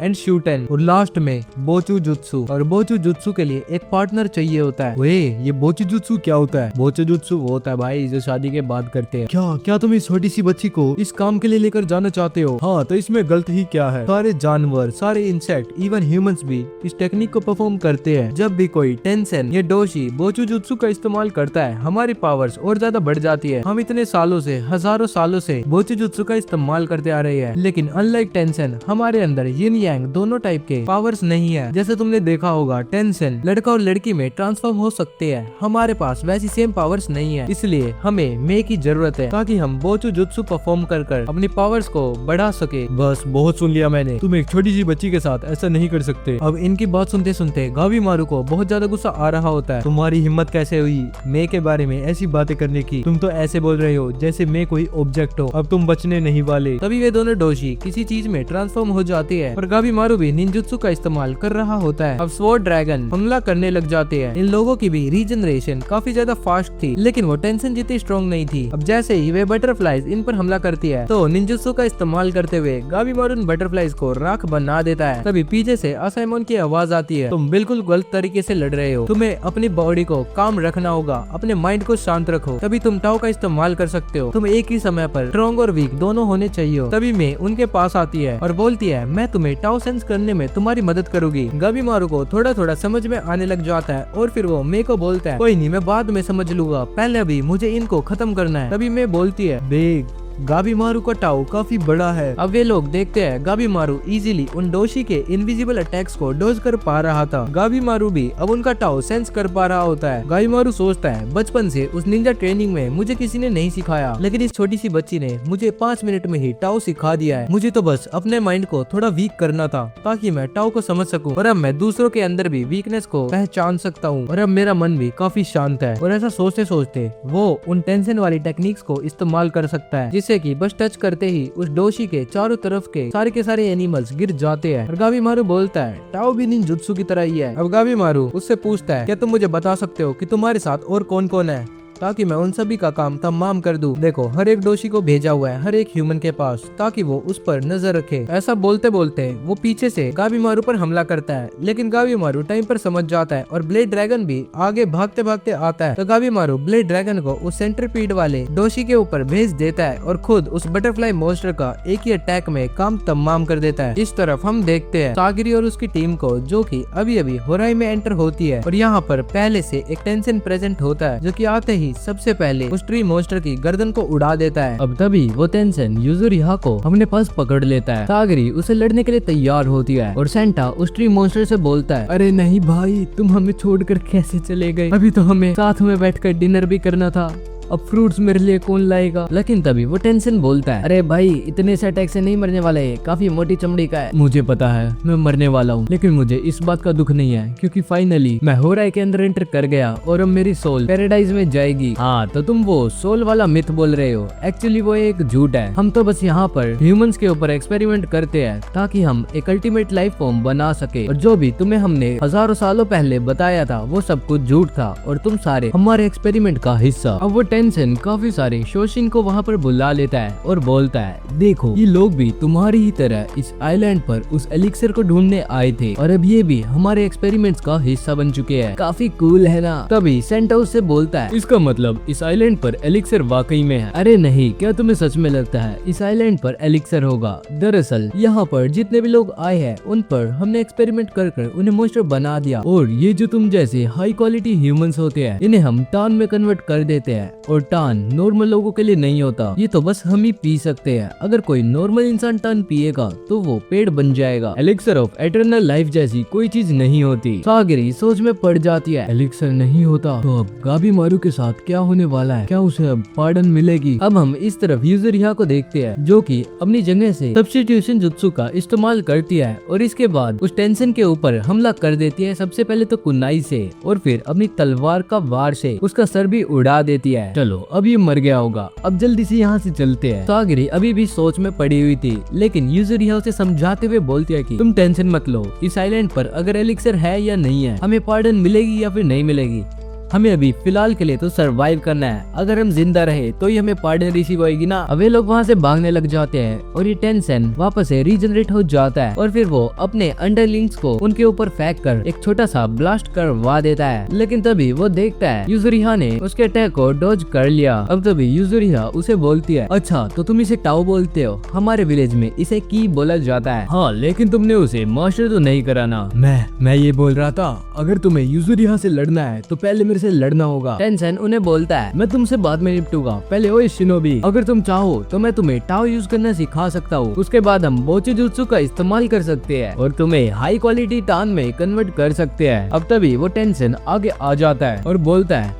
अब मुझे तुम दोनों की कोई भी जरूरत नहीं है, मैं इस शिनोबी लड़की से ही अपना काम चला लूंगा, तो ये लो। और वो सागिरी पर एक इनविजिबल हमला करता है। सागिरी काफी ज्यादा दूर जाकर गिरती है। अब वो टेंशन वापस से यूजुरिया से बात करने लगता है, लेकिन तभी सेंटा काफी स्पीड में उसके हाथ और पैर काट देता है। मेरे से दूर रहो मोटे बद्दे इंसान, मैंने तुम्हें बोला था अगर तुम्हें यूजुरिया से लड़ना है तो उससे पहले तुम्हें मेरी डेड बॉडी से गुजरना होगा। और तभी हम देखते हैं यूजुरिया अपने उन लिक्विड में से एक लिक्विड पी लेती है और वापस से उसे काफी पसीना आने लगता है और वो अपने निजुत्सु का इस्तेमाल करते हुए उसके चारों तरफ एक नेट बना देती है। और जैसे ही उस नेट को खींचती है तो टेंशन का पूरा शरीर एसिड के टच में आने की वजह से जलने लगता है और फिर यूजुरिया उसकी पूरी अपर बॉडी को खत्म कर देती है। ओह वाकई में तुम टाओ यूज कर सकती हो, और ऐसा बोलकर वो रीजनरेट हो जाता है। अब सेंटा और यूजुरिया मिलकर इससे लड़ रहे थे और इसकी स्पीड काफी ज्यादा फास्ट हो जाती है और वो सेंटा को साइड में ले जाकर पटक कर यूजुरिया को अपने हाथों में उठा लेता है और उसे बोलता है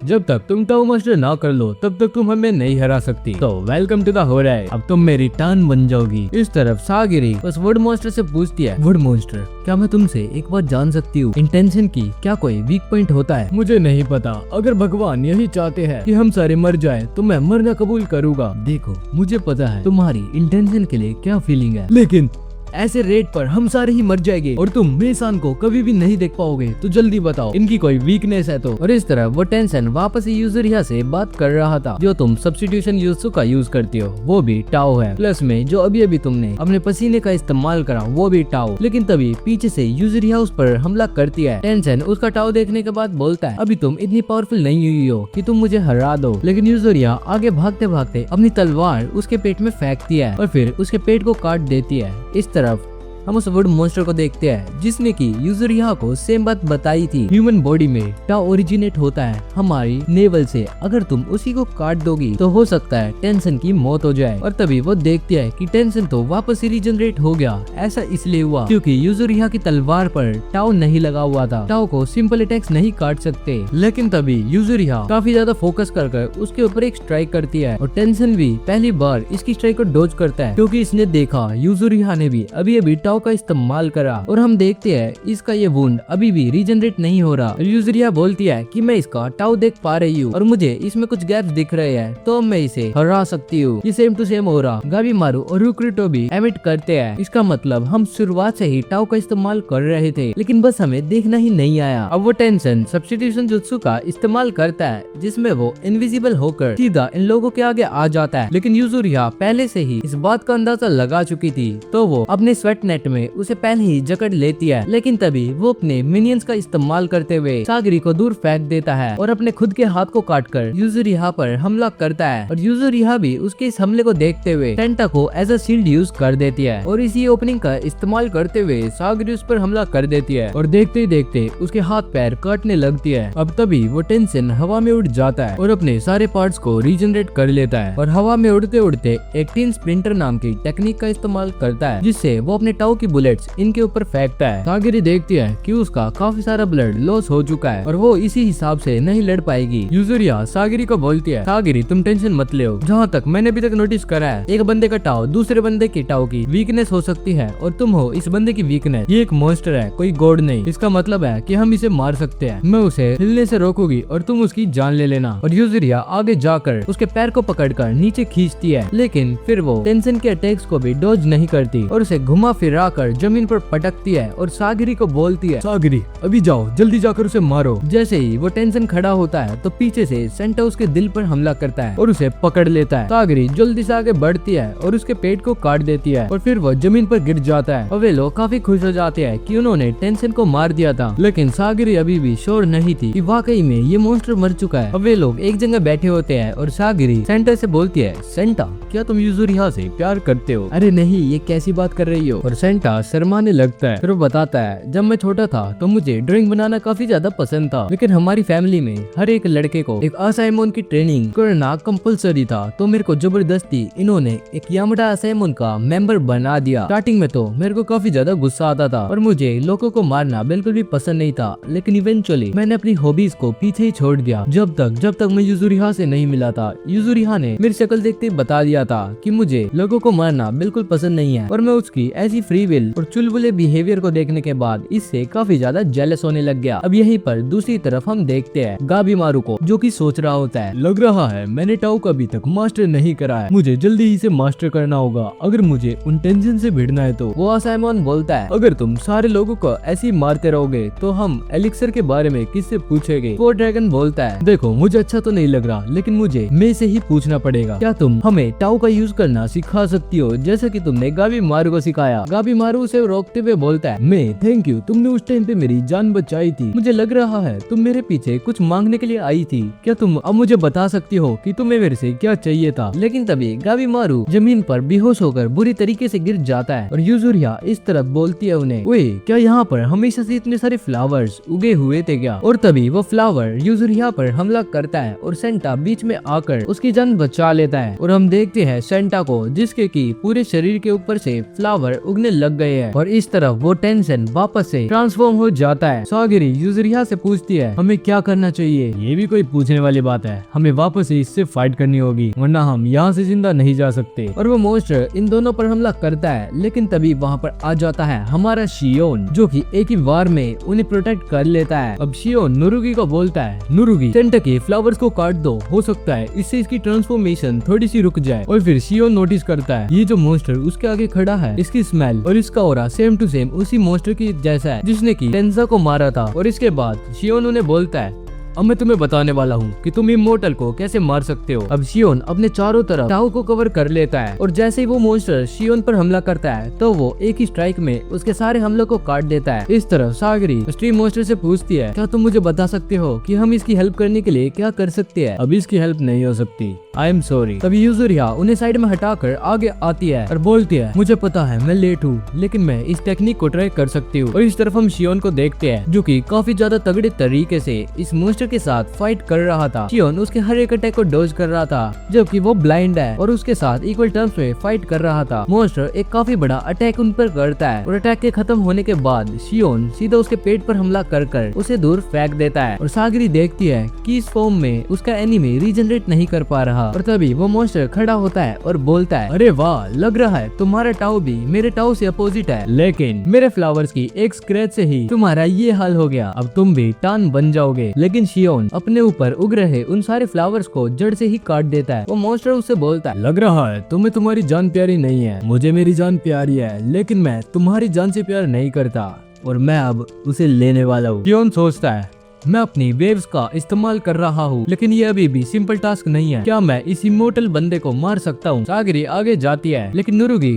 उसे वहीं पर रोक लेती है। लेकिन सागरी उसे बोलती है, अगर हमें इस इमोर्टल बंदे को हराना है तो हमें शियोन की हेल्प तो करनी ही पड़ेगी। तो नुरुगी मान जाती है, लेकिन युजुरिहा बोलती है, अरे नहीं यार, मैं बतेरी थक चुकी हूँ, अब मैं किसी की हेल्प नहीं कर रही। तो नुरुगी जाकर उसे गले लगा लेती है, लेकिन युजुरिहा बोलती है, अबे बच्ची क्या दिक्कत है तेरे को। और फिर नुरुगी सागरी को भी गले से लगाती है, और हम देखते हैं नुरुगी अपना टान सागरी को ट्रांसफर कर रही है। सागरी उससे पूछती है कि ये तुमने क्या करा। तब नुरुगी बताती है, बचपन से ही उसके अंदर ये एबिलिटी है, जिसे भी वो गले से लगाती है उसकी एनर्जी वापस से आ जाती है। सेम टू सेम शियोन ने भी बताया था, उसे ऐसा लग रहा था मानो मेरी वेव उसकी वेव्स में जाकर मिल रही हो। और अब शियोन उन्हें देखकर बोलता है, मैंने तुम्हें बोला था ना यहाँ से दूर रहो, और ये तुमने क्या पहन रखा है। हम तुम्हारी हेल्प करने आए हैं शियोन, मुझे इन क्रीचर्स की वीकनेस का पता है। इनकी वीकनेस है इनकी नेवल, अगर तुम उसे काट दोगे तो ये रीजनरेट नहीं कर पाएगी, लेकिन इस मोन्स्टर की तो दो नेवल है, और वहाँ तक पहुँचने के लिए मुझे इसके फ्लावर से भी लड़ना पड़ेगा। हाँ मुझे पता है, तभी मैं ये युजुरिहा के स्वेट से अपने आप को ढककर आई हूँ, ताकि उन फ्लावर्स का मुझ पर कोई भी असर ना हो। ये जो बच्ची है ये डिकोय की तरह एक्ट करेगी, और फिर हम फ्रंट से अटैक करेंगे, और हम एक ही बार में उनका काम तमाम कर देंगे। और तभी मोन्स्टर इन पर हमला कर देता है, और नुरुगी उसके हर एक अटैक को डॉज कर रही थी। सागरी भी इस ओपनिंग का इस्तेमाल करते हुए उस पर एक अटैक का बोराज कर देती है। शियोन देखता है सागरी भी उसकी वेव सेंस कर पा रही है, तभी वो उस मोन्स्टर के पीछे जाता है, लेकिन वो मोन्स्टर उसके ऊपर अटैक करता है कुछ लेजर बीम से, लेकिन ये शियोन को रोक नहीं पाती।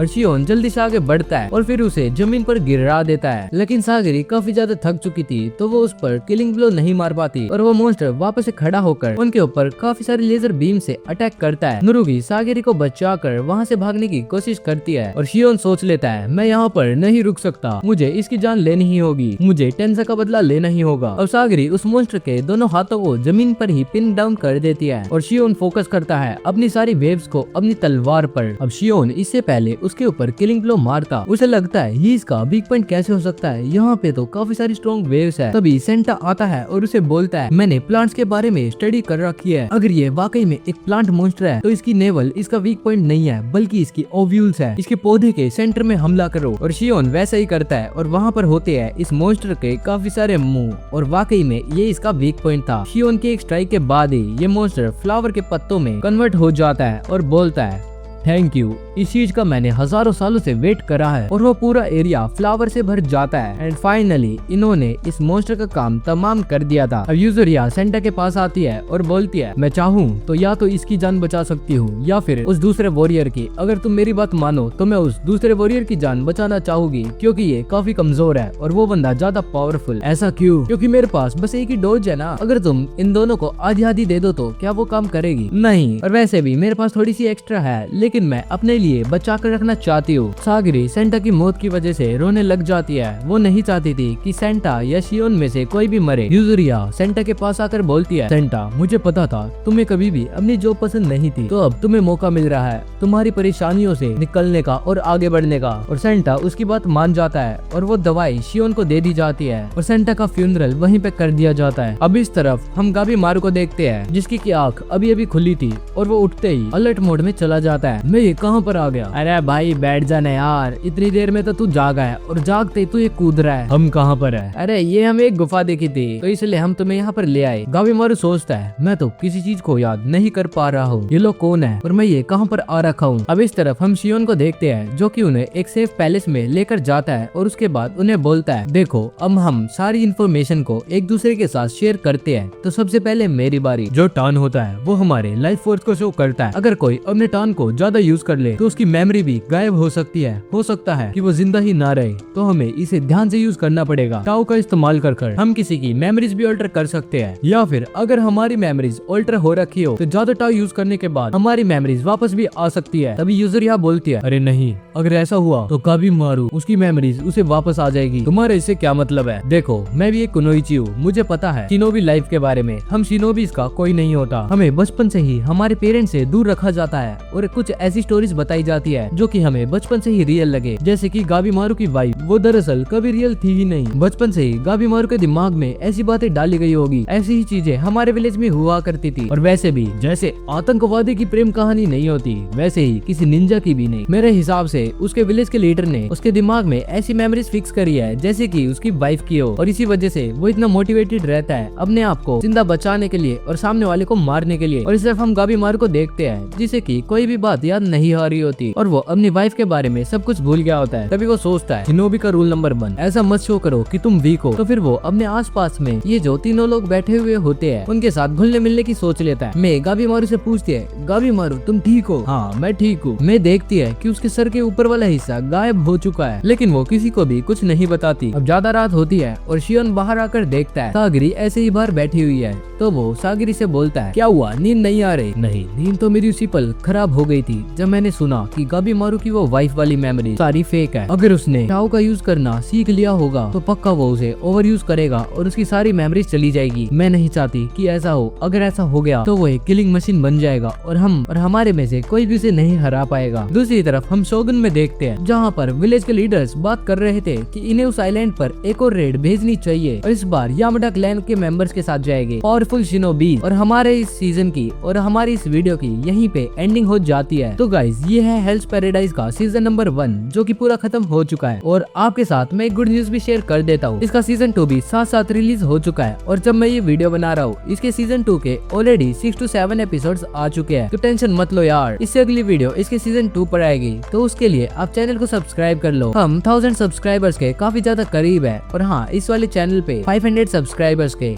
और इसी के साथ साथ अगर आपको जरा सी भी वीडियो ये पसंद आई हो तो इसे लाइक कर दो और अपने दोस्तों के साथ शेयर भी कर देना। टिल देन मिलते हैं, बाय बाय, सायोनारा।